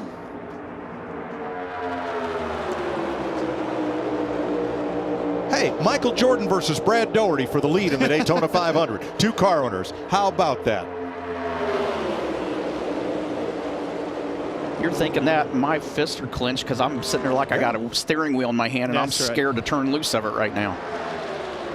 If you're Bubba Wallace and you see those shots that Kyle Busch is giving him and that thing tank swaps back and forth, you are holding on to that wheel like a death grip.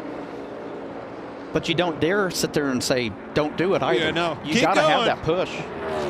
Try to hold my breath a little longer. See what his heart rate is now. I bet it's through the roof. So what are the Fords thinking now that they're 3rd and 4th on the inside and not in control? How did this happen? Whoa. Oh, what happened to Ricky's heart rate right there? Make your way down. Yep. It was 122 a minute ago. It's a little elevated now. Yep. Courtesy of Chris Buescher.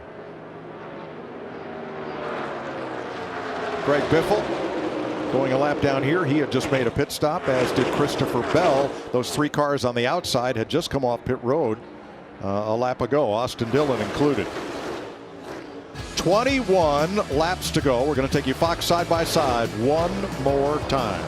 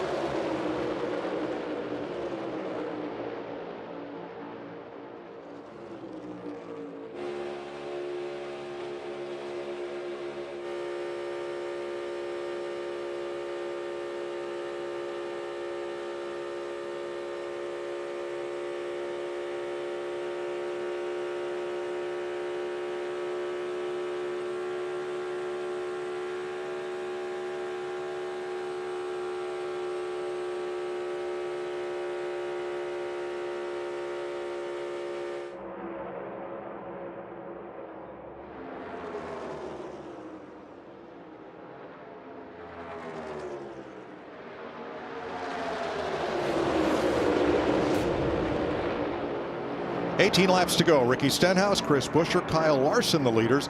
Tonight on FS1, 10 p.m. Eastern Time, Tony Stewart Racing makes its debut out at Pomona, the NHRA Winter Nationals. Leah Pruitt in Top Fuel, Matt Hagan in a funny car. Tune into FS1 at 10. Brian Loans, Tony Pedregon, Bruno Massel, Amanda Busick have the call. So how you like drag racing? I love it. I mean, it's anything that's got between 11 and 12,000 horsepower and can only make it down in less than 4 seconds, 1,000 feet. It's incredible. So I've got a couple text messages during the day that it's been a pretty wild day there, so I can't wait to watch it tonight. Okay. We'll be tuned in. We got a wild one brewing right here. Interesting that bottom line just completely deteriorated. I mean, here we are, what was it, 15 laps ago with Blaney and Cindric just dominating the race, being able to stay nose and tail stuck together. There's a big move by it, stacked up right there, and Kyle Busch had to move out of the way to keep from hitting the 23 of Bubba Wallace, and now Bubba is the odd man out. Well, that's not good for the Toyotas to separate them like that. A quick hole behind him. Clear up here, clear up. All right. Bubba's clear, gets in line. On point from Olive Branch, Mississippi. Ricky Stenhouse He's won at Daytona. He's won at Talladega. Both in the summer of 2017. Now, JTG Doherty, a 2-car team last year. They shrunk to a 1-car team this year. That left Ryan Preece rideless.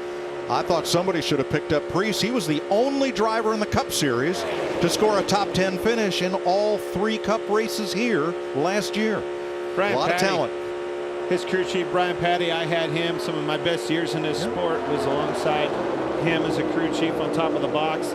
I visited that shop, spent some time with him, went over this car with him, and to see that operation, Tony, it doesn't look like yours, doesn't look like my old home. I'm telling you, them leading this race is very cool to see for all those boys. Brad Doherty, co-owner of that team, currently out front. You think he's nervous right now? Oh, sure. Now, Ryan Preece found a home with a brand new position that we've not seen before in Cup racing, Tony, with your team. Yeah, we brought him on board. He's going to run some of the Cup races this year and some Xfinity races, but Ryan is a talent. I agree with you. I know his background in modified racing in the Northeast, and we couldn't let him get away. So he's your reserve driver. Absolutely. I'm going to give props. That's the vision behind this car, this next-gen car. What you see right there is exactly what we hope for with this next-gen car. Gives everybody an even playing field, parity throughout the deal. A single-car team should be just as good as a 4-car team, and you see a lot of enthusiasm, a lot of new ownership taking place in this sport, and I think the proof's in the pudding with Ricky Stenhouse and that single-car team leading the field. 14 cars to go. Now, this single-file train is about to catch a 5-car pack of cars. And I wonder, as they get closer and that draft takes effect, if we'll see some movement. Well, guys are going to have to somewhat get organized here, because if you're going to do it, you're going to have to start now to get that line down, get it moving, get momentum. It's not going to happen in 2 or 3 See laps. right there with those teammates, the ones that were stuck together and being able to push the best, more efficient. Ryan Blaney and Austin Cindric moved down. Now Kevin Harvick moved down in front of them. They are starting to sniff out the draft of those cars up ahead, and that will promote some double-wide racing here.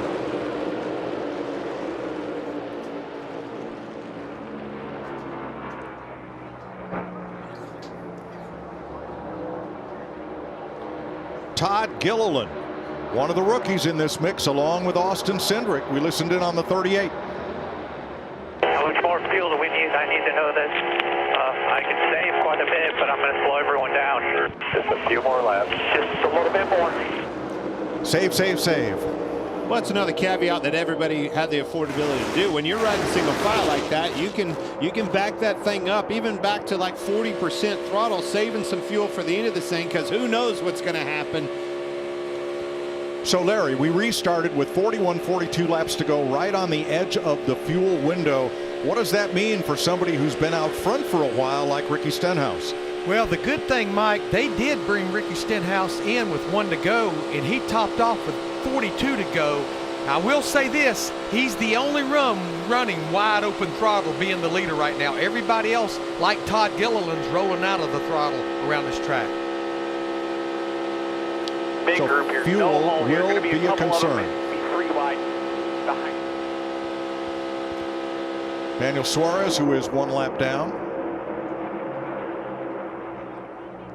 See some 3 wide action. Sense of urgency's coming. Eric Almirola came so close to winning the Daytona 500. Got turned in the back straightaway to the final lap while leading. This is his final full-time season in the Cup Series. He says wants to devote some time to family after this year. But he's in the mix. He's 9th. 11 to go. Tony, you've got 3 cars in that lead draft. I know. I can't figure out which one to watch right now. That's the hard part. It's good we got 3 of them that are still here. Harvick in 3rd, Almirola in 10th. Here they come. And Chase Briscoe 13th. 2 is trying. There you go. Good job. They're double wide. The bottom has the best momentum. 2 has the best momentum. All right. So Stenhouse left his dancing partner. He went down, chose to go down and blocked it. Whoa! Spinning. Around and into the fence goes Harvick. Oh, man. And it's a 7-car Larson jam was in it. session. Eric Jones is in it. Noah Gregson's in it. Dang it. Chase Elliott.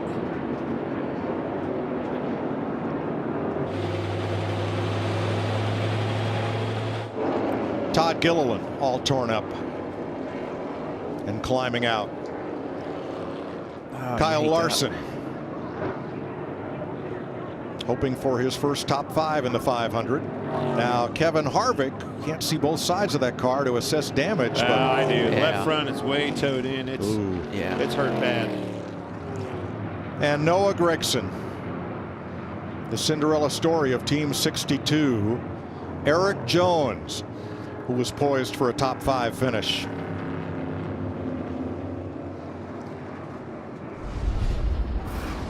From the Goodyear blimp, Harvick outside of Keselowski there, and Bubba Wallace. Here comes Larson. Oh, jammed up. Larson had a huge run on the outside, and he was trying to slow that momentum down to get to him. But as he got to him, it kind of seemed like Kevin was having, the 17 was backing up to Kevin as well, and it just accordiated. Yeah, the Harvick was having to slow down. Larson's got a huge run here, but watch Kevin try to. Kevin's got to run on the 17 at the same time, so Kevin has to check up here, and Kyle's got a ton of momentum. Yeah, you saw Kevin kind of move to the outside, and Larson was trying to tee him up, square him up, so it was a good bump draft, and they both hit at an angle and spun him around. And you could see how the exhaust pipes out of the 5 car. You could see where he lifted, so it wasn't like he just ran in there and plowed through. And 2 cars that shoot through the middle, Kyle Busch and David Reagan in the 15. One more inside, then you're clear low. He moved up to square up to the 17 right at the time as the 5 hit him. It's just a timing thing, accordioned, and away they went. Dang it, took out a lot of good ones there as well.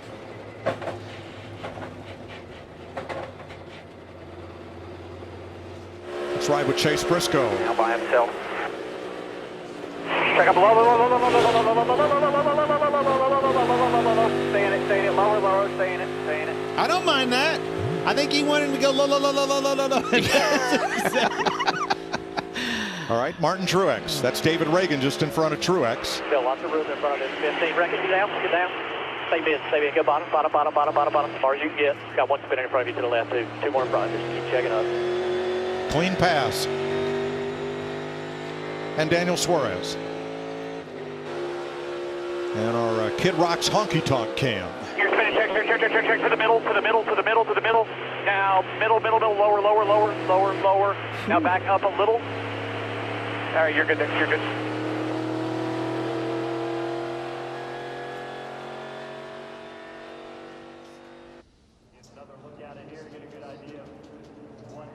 Wow, Eric barely got by that. Sure did. And that's not this whole thing is not anybody's fault. That is just bad circumstances, timing. yes.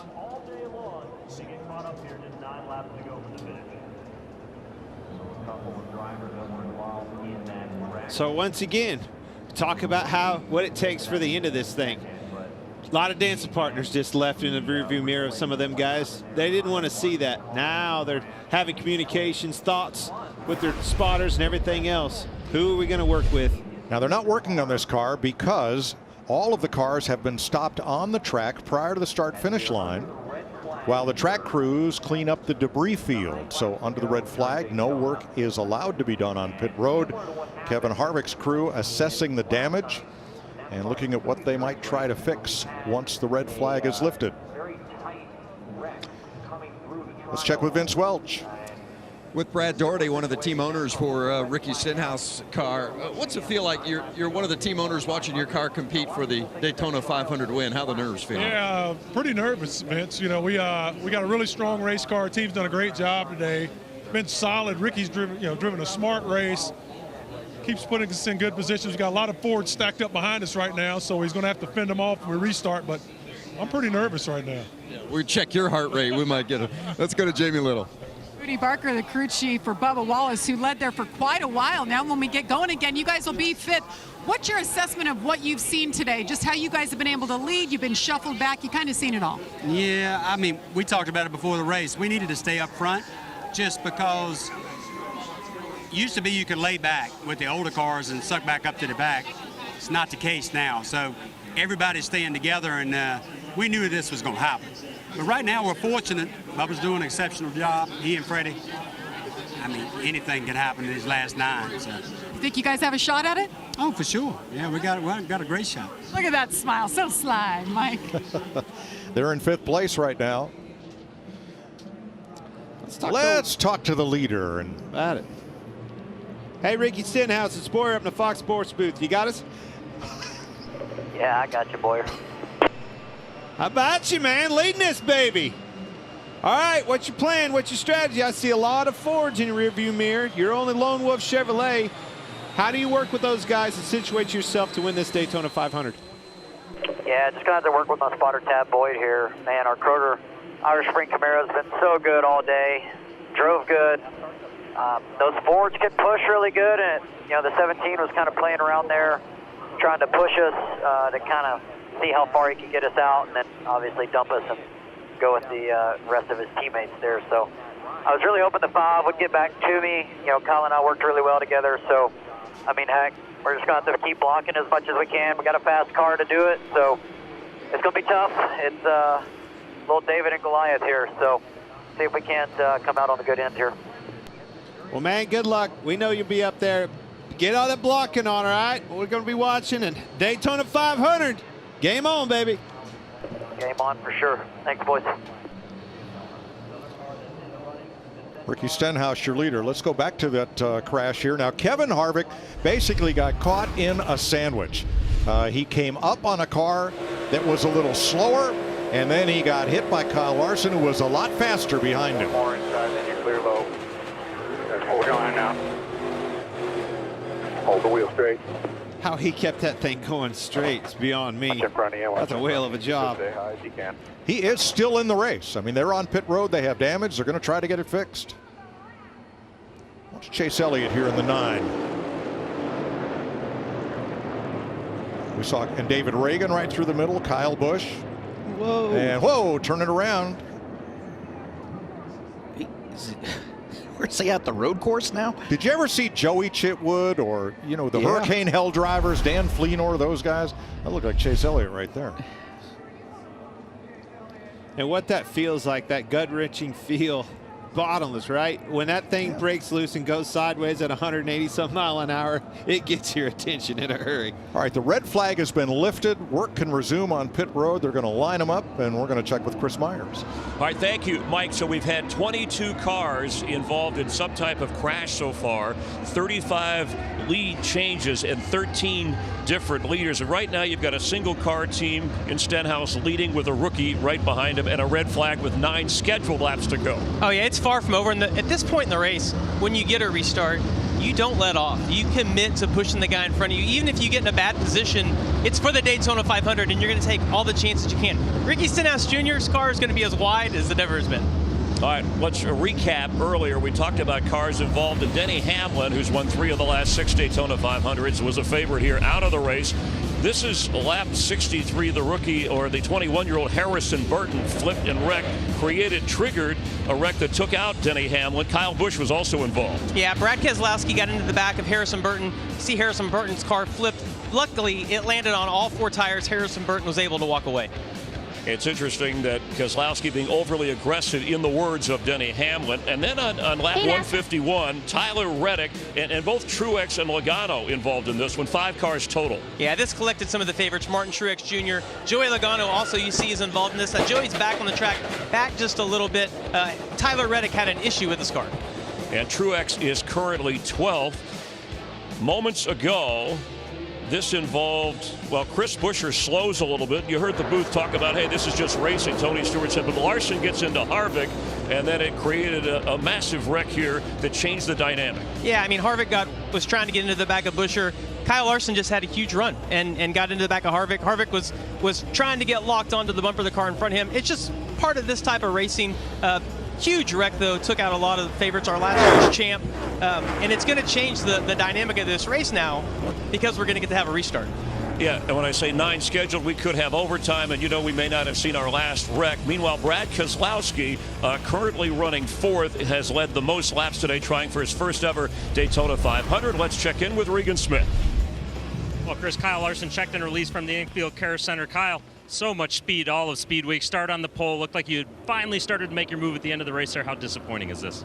Yeah, I mean, it's disappointing. I had to run there on the 4, and I didn't realize how close he was to the 17, and I got to him right as he was getting to him, and it got him out of shape. So hate that I did that, but it's so hard to see in front of him, especially on a straightaway like that. So, like I said, I didn't realize how close he was to him, and it just got him all jacked up. So hate that I ended our race as well as a bunch of others, but yeah, our HinderCars.com Chevy was fast, and hopefully you'll see a Chevy win here with Ricky out front. Thanks, Kyle. Defending series champion Kyle Larson out of the race, and here is your leader, Mr. Lonely, in that he is a single car team, and you look at those makes on the right side of the pylon, he is the only Chevrolet in the top 9. Yeah, and that's not a comforting feeling for him, because we know how the Fords work together, and they work well together. You look at second, third, fourth with Cindric, Blaney, both Penske drivers, with Keselowski, a former Penske driver, but is on his own. Those guys are going to be tough for him. He might be able to hold 1 or 2 of them off, but to hold 3 or more, I don't know if he's going to be able to do that or not. Well, we talked about the paradox at the top of the show, and drivers who have tried for many years to win this race. Martin Truex, it's his 18th 500. Kyle Busch, it's his 17th. David Reagan trying for the 16th time. Brad Keselowski, the 13th. Eric Almirola, the 11th, and Ricky Stenhouse Jr., his 10th try to win the 500.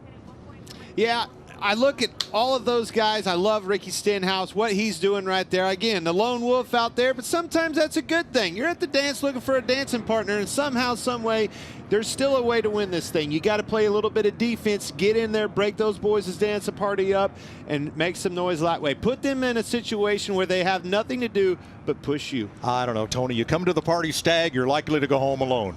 Yeah, but not with a haircut like that. No. Come on, baby. I'm not There's going a home way. lonely. No, Ricky has done a great job. We've seen him in this position before where he's had to hold off guys, and he can hold off a lot of cars at one time, but, man, he's got 3 tough ones right behind him right now. Yeah. He can do this, but he's going to have to make the right moves at the right times. There's no question. The Fords are flexing some serious muscle, and they've got them lined up, right? But Bubba Wallace is still there. Kyle Busch is not out of this thing. Those are the guys, those are the players. If you're Ricky Stenhouse, I need to be starting to look and formulate my mind how to find those guys as well. And how to block 2 lanes at once. Big time. Make 2 lanes, block everybody. Everything, everybody. Doesn't matter who it is. You just got to go.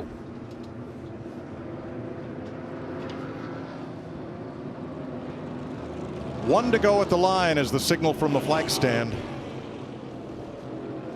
New rule, the second place guy can beat you to the line. So here we go. Now that is a new adjustment this year. We talked about the Geico restart zone, and the control car, the race leader, which is Stenhouse, who has elected the outside lane. He is the only driver, only the lead driver gets lane choice. Stenhouse must fire off within the Geico restart zone. But should he spin the wheels or miss a shift, it's no harm, no foul if Austin Cindric beats him across the start-finish line. No more start-finish line rule. Nope. It's all that has to happen is that leader jump first. As long as that's good, start's good, where we go, we're going racing. And that's a good change. I mean, that's something that's needed to happen. I mean, a lot of times you were at the mercy of the guy that was leading the race and on the restart, but yeah, this is a good change. If he spun the tires, you had to sit there and pedal it waiting on him. There's the all-new 301 horsepower Toyota Camry TRD. It's been leading the field here at Daytona.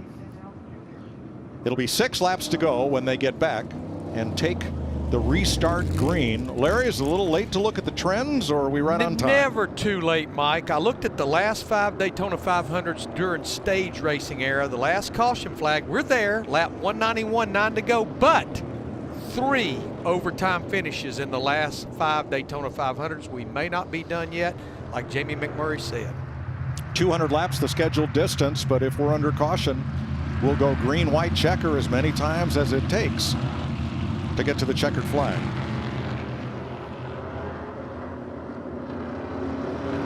So the 2 and 12, they lined up there together, Cindric and Blaney. They are teammates. Roger Penske's birthday today.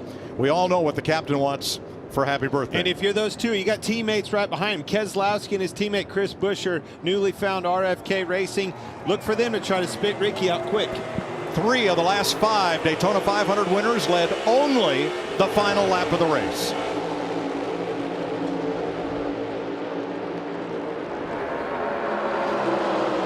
All good. Still down there. 6 with you. Neither one of the guys behind have much push. It's just you 4 out right now. 4 cars under a blanket. A small blanket at that. Yes. No more give and take. All take. And I think you'll see more side drafting off of Ricky. You don't want to open up that middle and give Brad a chance to get underneath of you. Bubba Wallace gets up there with the 2 Fords, and they edge out front. Oh, crash! Stenhouse in the wall. Should have known. And Chris Buescher with him.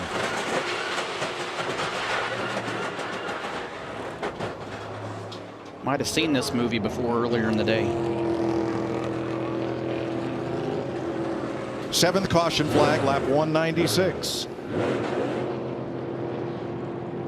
He's just able to push harder than everybody else. And I mean, he's using it. He's using it for all its might. And he's not going to give anything up on it either. I mean, there's no mercy on the push right now. Ricky Stenhouse led the Daytona 500 with 8 laps to go. And will go home alone. Heartbroken. Yeah, I'm heartbroken for him. I mean, that kid, he does a great job. He's one hell of a race car driver. You know, and his restrictor plate game has really been strong the last couple of years. We've watched him be up front, lead races, be able to hold guys off by himself. Didn't have to have a partner to do it. He's been able to hold his own up there. And that's a tough pill to swallow. Right, that wasn't a bad block or anything else. Moved down in front of somebody with a big run. He just unfortunately got turned, and he was doing everything right. He had himself and his race team in a place to win this Daytona 500. He came off he was side drafting Bubba pretty hard, but when he come off of it, that thing was gone. Just got a little, for the little ride. wave in it. Yep. I'm sorry. I'm laughing not because David Reagan just snuck through with the 3rd one in a row. He is blessed. You'll see his number 15 come through here after saw Ricky come down a little bit toward the 23, and then as he came up, then it just I think he came down. It's just light. It was light with him pushing hard on his rear bumper, and that may not even for the ride. That may not even have been Ricky turning down. Yeah, I don't think it was. That I think he been, was correcting it. That's what I'm saying. Yeah, I think it may got his rear pushed end down was that light. way. And Kyle Busch dodges another one.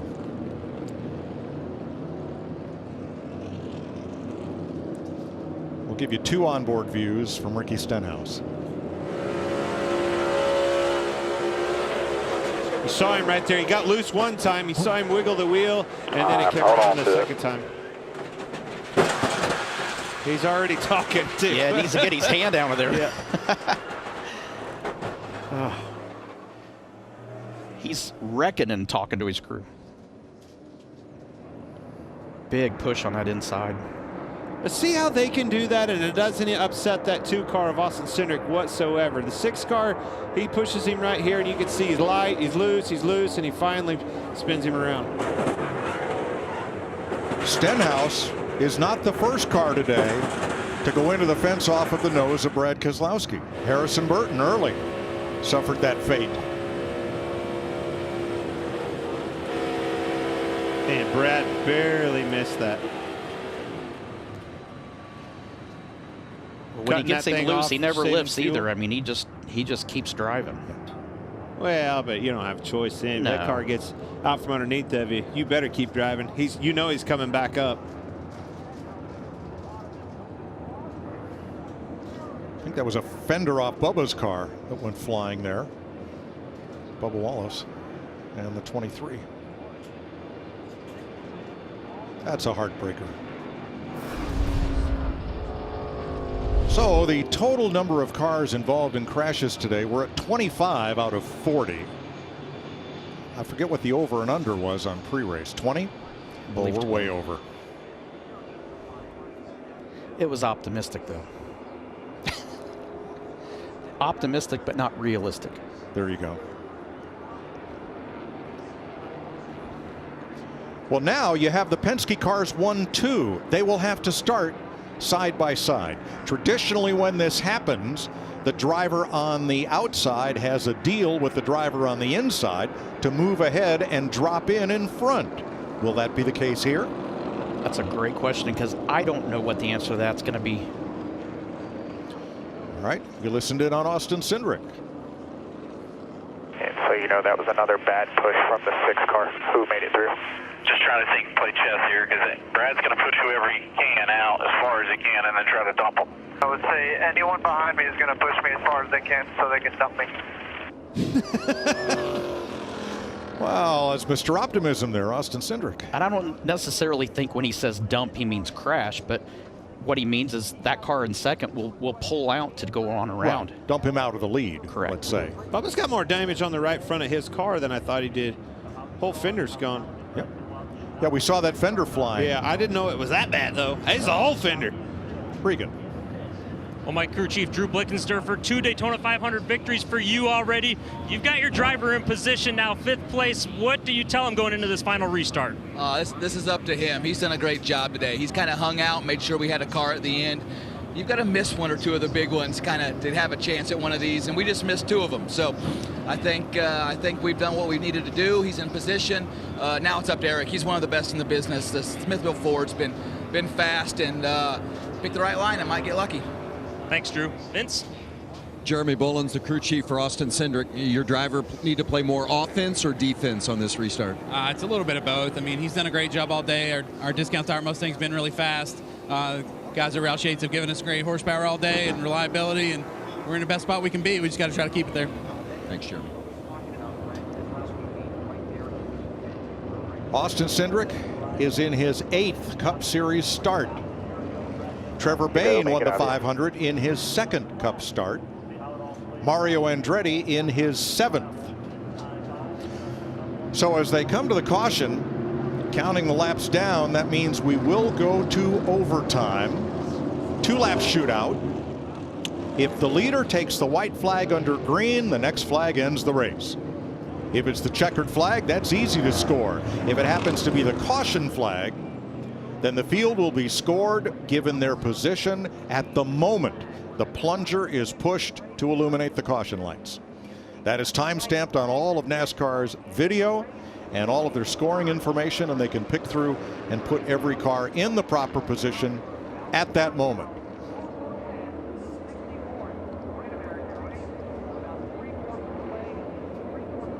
Where do you want to be, Tony? Right up here with you.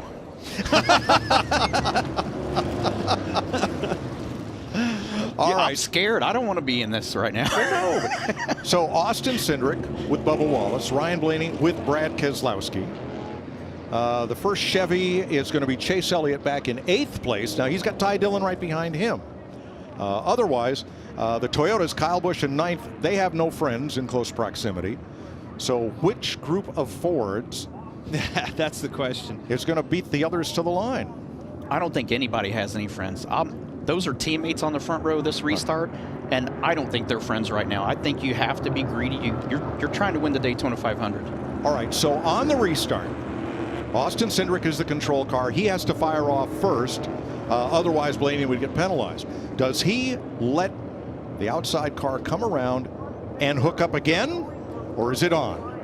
Oh, I think that's going to they're going to try that, but I think Brad's going to have something to do with that. You know, right? Brad's going to try to push and do everything he can do to lock onto that 2 to where it's so far out there. If he moves down, there's too much of a gap, and you know, Brad seems to lead. There's it's against the game on anybody's term, and including these drivers. I think this race is in Ryan Blaney's hands. If he can time it for Cindric to come down in front of him, those two can hook up and maybe take off. If not, well, let's find out. It's overtime, sponsored by Credit One Bank. Still inside. Chase Briscoe hooked onto the 6 of Keselowski. Cindric gets down in front of Blaney, who's not yet in touch with him. Exactly, and Brad Keselowski waited. He backed up to Chase Briscoe, made sure they were locked on to make sure he got a big run at this. Fast freight coming on the outside track. Keselowski, Briscoe, Kyle Busch. His help's going to be a big push from the 23. Blaney's getting a push now. Both lanes getting a push. Here comes Blaney, big push. And it's so important. We're coming to the white flag. Again, if that caution comes out during that white flag, the race is over. It's time to get established, and you better do it quick. 3 miles to go in the Daytona 500. Brad is going to need Chase Briscoe to lock onto him to push him by those two. Keselowski had the run, but he's going to need the help. Here it comes. Big push from Kyle Busch and from Chase Briscoe. He's locked on there too. He's going to have to stay there. Inside Here was there comes for a another second. push from Kyle Busch on that outside. Even mirror. Cindric can't get too far out. Coming to turn 3 where it all came undone last year on the final lap.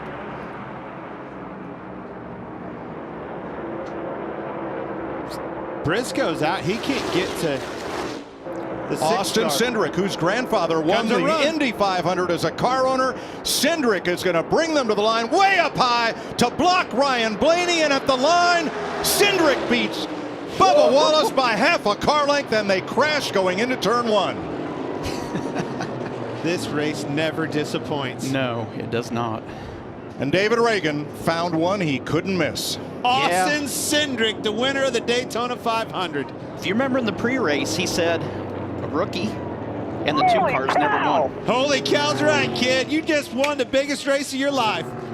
23-year-old Austin Cindric from Mooresville, North Carolina, in his 8th Cup start, gives Roger Penske a happy birthday present. Bubba Wallace coming in second right there. That was a huge run by him. I thought he was going to turn him. He was just out of time. There was so much stuff that happened that last lap. I mean, even midway down the backstretch, you didn't exactly know how this was going to shape up coming off the 4. All right, from the Goodyear blimp.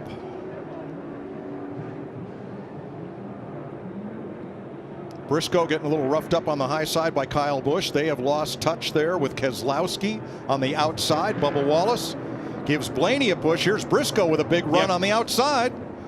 That was the big run. They come up to Wallace block. pushed Ryan Blaney right there. Huge run on the outside and a massive block by Austin Cindric to win this Daytona 500. If he didn't make that block, Ryan Blaney wins this race. Exactly.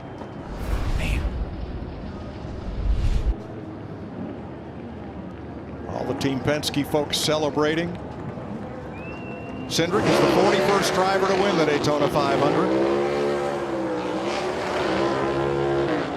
And the 9th to score his first career NASCAR Cup win in the Great American Race.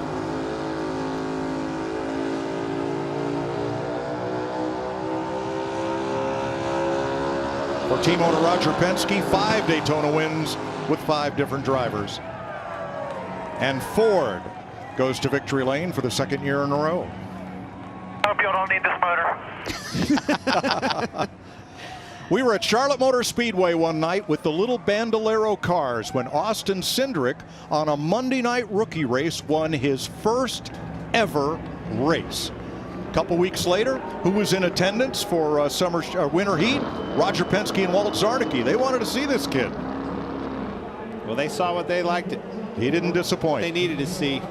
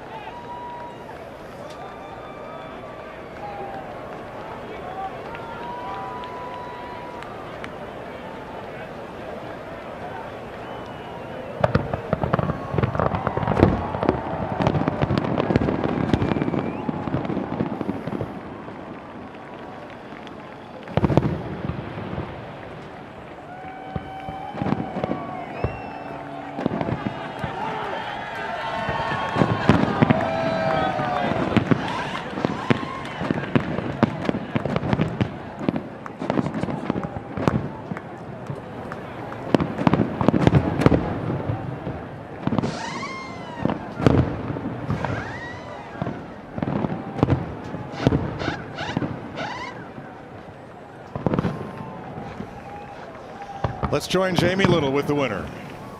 Austin Cindric has wanted to be a race car driver his entire life. He's raced everything. You made it to the top level, a rookie in the Cup Series. Austin, you are a Daytona 500 champion. Oh my God, you know what makes it all better? A packed house. A packed house at the Daytona 500. Oh my God, I've got so many people to thank. First and foremost, Roger Penske. Happy birthday. Oh my gosh. I appreciate Ryan being a great teammate. Obviously, he wants to win this one, but I'm so pumped for Discount Tire, Menards, Ford. Everybody works so hard with this next-gen car through this whole process, and damn, I am so excited. This makes up for losing a championship the last race I did. You're an Xfinity Series champion, but this is a whole new ball game, Austin. I know you spent a lot of time working just this week on drafting and doing things the right way. How did you adapt so quickly to get it done when it counted on the last lap? I'm surrounded by great people. That's all there is to it. I know there's going to be highs and lows. Being a rookie in a field of drivers this strong, I'm just grateful for the opportunity, excited for the climb and the mountain we've got ahead of us on the 2 team, but we're in the playoffs. That's one good box checked, but my gosh, what an awesome group of fans, what an awesome race car. Just really thankful. How about it? Austin Cindric is your champion. Regan. For the second time in his career, Bubba Wallace finished second in the Daytona 500. Bubba, I saw you put your head down as you got out of the race car. So strong all night long. Talk me through the emotions right now. Yeah, first of all, that's pretty damn cool to win the 500 in your, I think, first attempt, maybe not, but full season for him. So congrats to Austin. What could have been, right? Man, it just, I need to talk about some happy stuff here. Just dejected, but the thing that keeps me up is just the hard work that we put into our Speedway stuff, and the hard work from everybody at 2311. Proud of them. Can't thank them enough. I knew this was a big move last year for me to go out and be competitive, and we're showing that. And so it's always the first race of the season, and you're getting through everything. But you know, when you come out of the gates like that, it's empowering. It's encouraging. So thanks everybody back at the shop. McDonald's almost got them another one, back-to-back super speedway wins. That'd have been awesome, especially with it being the 500, but just short. I thought our Toyota teammates did good work until they got picked off 1, 2, 3 throughout the race. So we just had to survive. Great speed weeks though. We'll come home second. I'm gonna be pissed off about this one for a while. I was happy on the second place, so we got a couple years ago. This one sucks when you're that close, but all in all, happy for my team, happy for our partners, and on to California. Thanks, Bubba. Chase Briscoe finishes third, Ryan Blaney fourth, Eric Almirola fifth as Ford sweeps 7 of the first 9 positions in a tumultuous finish to this Daytona 500, in which Austin Cindric is the champion for Team Penske. More to come from Daytona after this.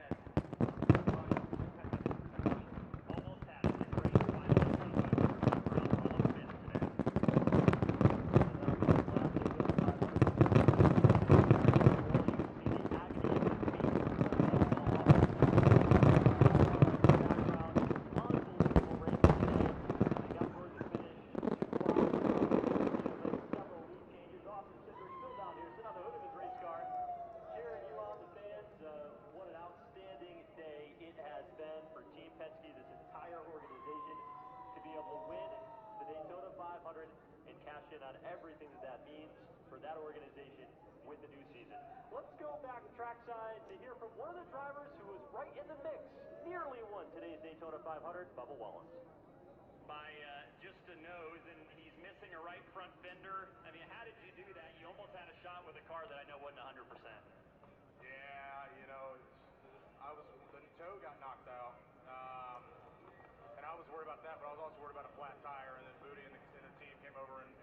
confirmed, and actually Blaney did too, confirmed that everything was okay, wasn't going to rub, just the toe was knocked out. So it was all right, here we go.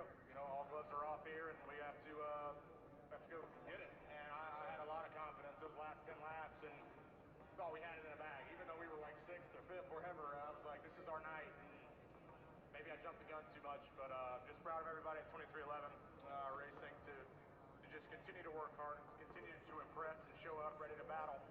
Our Speedway stuff has been so strong for years, and it's fun to be a part of. So we'll go on to California, you know, with it's a good week here.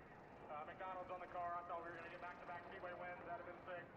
They've done a lot for me in my career, but Toyota, DoorDash, Rube, Dr. Pepper, Columbia, DraftKings, Wheaties, everybody here. It's just special. Especially when you have the right people around you to help you succeed. It's nights like this you appreciate. So we'll go on and punch a pillow or something, hug my dog, and get back to the bus, but go on to California, be ready. Dream run for sure. Bubba Wallace comes home second in the Daytona 500. All right, so Bubba Wallace, so close to possibly getting his first Daytona 500 win, came just inches away from getting that victory, getting hugs down on the grid. Bubba Wallace drove a fantastic Daytona 500, just comes up a few inches shy of the checkered flag, but really impressive driving, especially with a damaged race car. That's the thing that impresses me the most about Bubba Wallace's run tonight. Yeah, he described the toe being knocked out. Think of trying to drive down the highway with your hands pointed the wrong direction while you drive, as the wheels are not both going in the same direction, and he did that somehow as they were beating and banging on each other as they came down to the checkered flag of the Daytona 500. Margin of victory today, 36 thousandths of a second.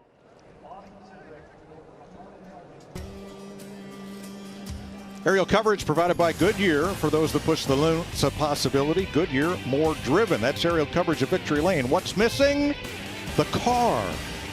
Austin Cindric has used it up right here at the start-finish line, and they're either going to have to push it to Victory Lane or put tires on it. Right now it's kind of high-sided between the banking and the track apron. Yeah, here we go. So Victory Lane's celebration will be slightly delayed. That baby's done its job. Let's Austin's go celebrate, climbed back boys. aboard. All right. What happened to Brad Keselowski out there, who had a chance to win it? How does Briscoe get to third? And how does the 23 get to second? Well, Briscoe, yeah, go ahead. Side drafts off the 12 car, backs the 14 up, gets a great push from the 18 car, Kyle Busch. Big run on the outside, squeeze through the hole. They both stick it in the fence. Brad stuck in the middle, backs up. Blaney goes bouncing around. Blaney did a good job staying off of his teammate right there. You almost saw a snapshot of what happened last year, just roles reverse. He almost got in the right rear, spun him out, wrecked both of them, and handed somebody else a win again, just like they did last year. And all those drivers that crashed after the start-finish line have all been checked and released. Everybody is okay. Slowest pit stop of the night, but nobody minds. Here's Vince. Chase Briscoe came from a lap down and was in position late in the race to potentially win it. What were you thinking in that final lap and your chances? Yeah, I couldn't quite get to Brad. I needed to be able to get to Brad, and he was having to drag so much brake for me to be able to help him that I wish I was more help. I felt like I could have just locked on. I could have got him up there, but you know my story, Vince. To be sleeping on couches and volunteering shops, 6-7 years ago, and now to have a chance to win the Daytona 500 at the end and to finish third and start the year off with these Mahindra Tractors folks and highpoint.com, all the people that get us to the racetrack. It's we want to be a playoff contender this year, and having a good run here is a good start. So wish we could have had one more lap. You never know what could have happened, but super cool to finish third, and really cool for one of my best friends to win the race. Great job. Congratulations. Eric Almirola in his final Daytona 500. You come in 5th place at the end of the race, so looked like you were in the perfect position at one point. I felt like it, man. I believed it. I come into the restart there for the green-white checkered. I really had, those thoughts like, man, this is going to be a storybook ending, coming down here for my last full-time season with this team and having Shane and so many people from Smithfield here. I felt like I was in a great spot, and It still hurts. You know, it's an awesome feeling. I'm going to miss that, you know, coming down to the white flag lap, feeling like you have a shot to win the Daytona 500. That's an incredible feeling. And just so proud of Ford for getting to victory lane, to swept the weekend here in Daytona. And Smithfield, Mobil 1, Pit Boss, Go Bowling, everybody that supports us, man. This is incredible to come here and almost feel like we had a shot at getting it done. So, dang it, so close. Thanks, Eric. Well, Eric Almirola leaves Daytona with an intact car and a 5th place finish as Austin Cindric celebrates.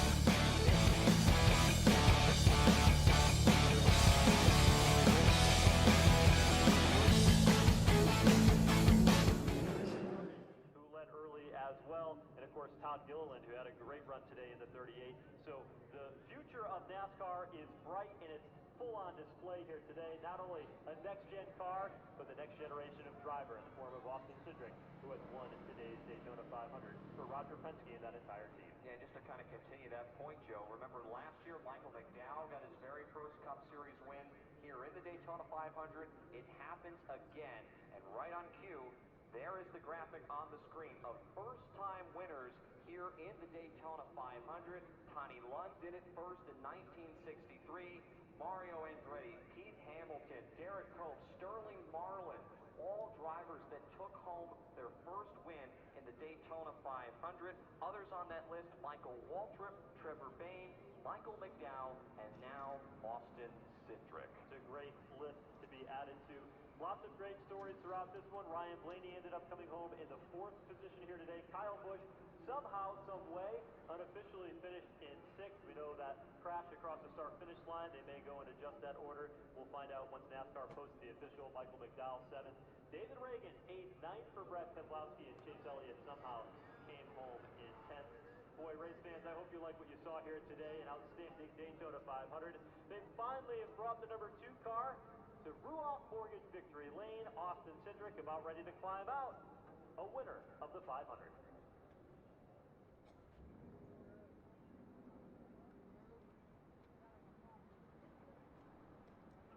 Flies out through the air as he rolls down and jumps down off from the car.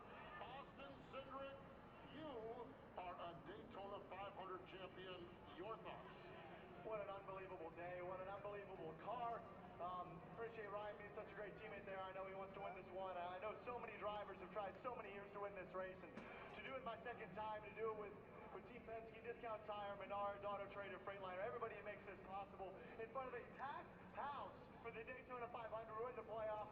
I can't think of a better day to celebrate. Walk us through turn 4 to the start-finish line. What'd you do? Oh, man, I thought about it for the last 10 minutes under that red flag, just knowing that whoever behind me was going to have it. Austin Cindric celebrates the 3rd Daytona 500 victory for the captain, his car owner, Roger Penske. What a happy birthday present. There he is with Tim Cindric, who was the GM of Penske Racing and Austin's dad. One of the most calamitous finishes to any recent Daytona 500. Everybody fans out, runs to the line, and a rookie wins it. Well, we sat there and said with 2 to go at the restart, it was hard to predict exactly what was going to happen, and it's the last 2 laps of the Daytona 500. It never disappoints. No, it does not. The whole week, man, I'm so happy for the Daytona 500. The weather was awesome this time. The fans showed out in droves. It was a great Daytona 500 from start to finish. And Austin Cindric, the Penske boys, to be honest with you, they were the heat all race long. Those 2 cars could connect. Ryan Blaney and Austin Cindric, those 2 and their teamwork and their willingness to work together, in my opinion, is what won this Daytona.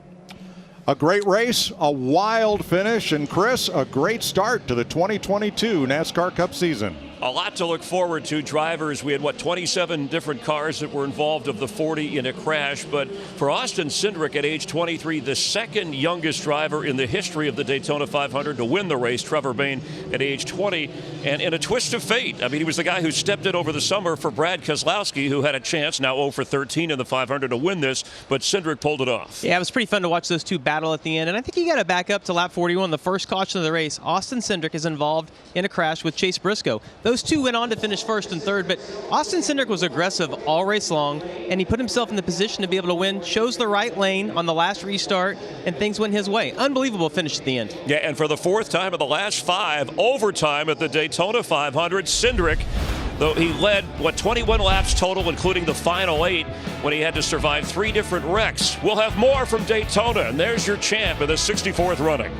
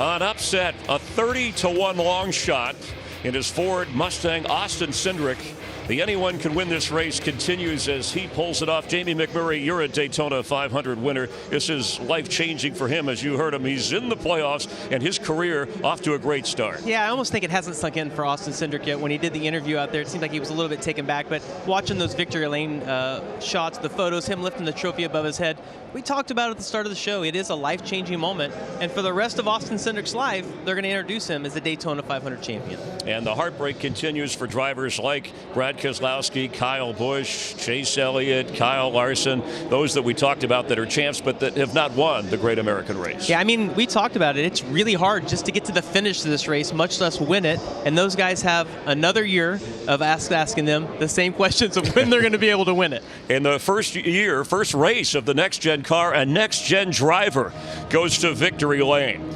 Next Sunday, we'll be in Southern California at the Auto Club Speedway. We hope you join us then. Don't forget Race Hub, weeknights 6 Eastern. In fact, Ryan Blaney will be on the Monday show. And tonight on Fox, stay tuned for more fine programming and an all-new Masked Singer sneak peek. What a terrific way to start the season from the Daytona 500, and a Ford Mustang and Austin Cindric, a surprise winner, goes to victory lane. For Jamie McMurray, our entire crew, I'm Chris Myers. This has been a Barry Landis production directed by Artie Kempner. Thanks for being a part of NASCAR on Fox.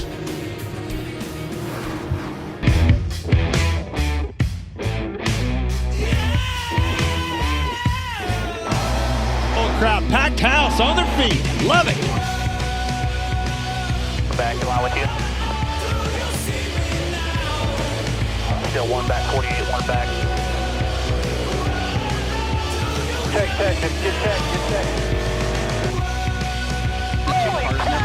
Holy cow, drag, kid. You just won the biggest race of your life. Do you believe in me?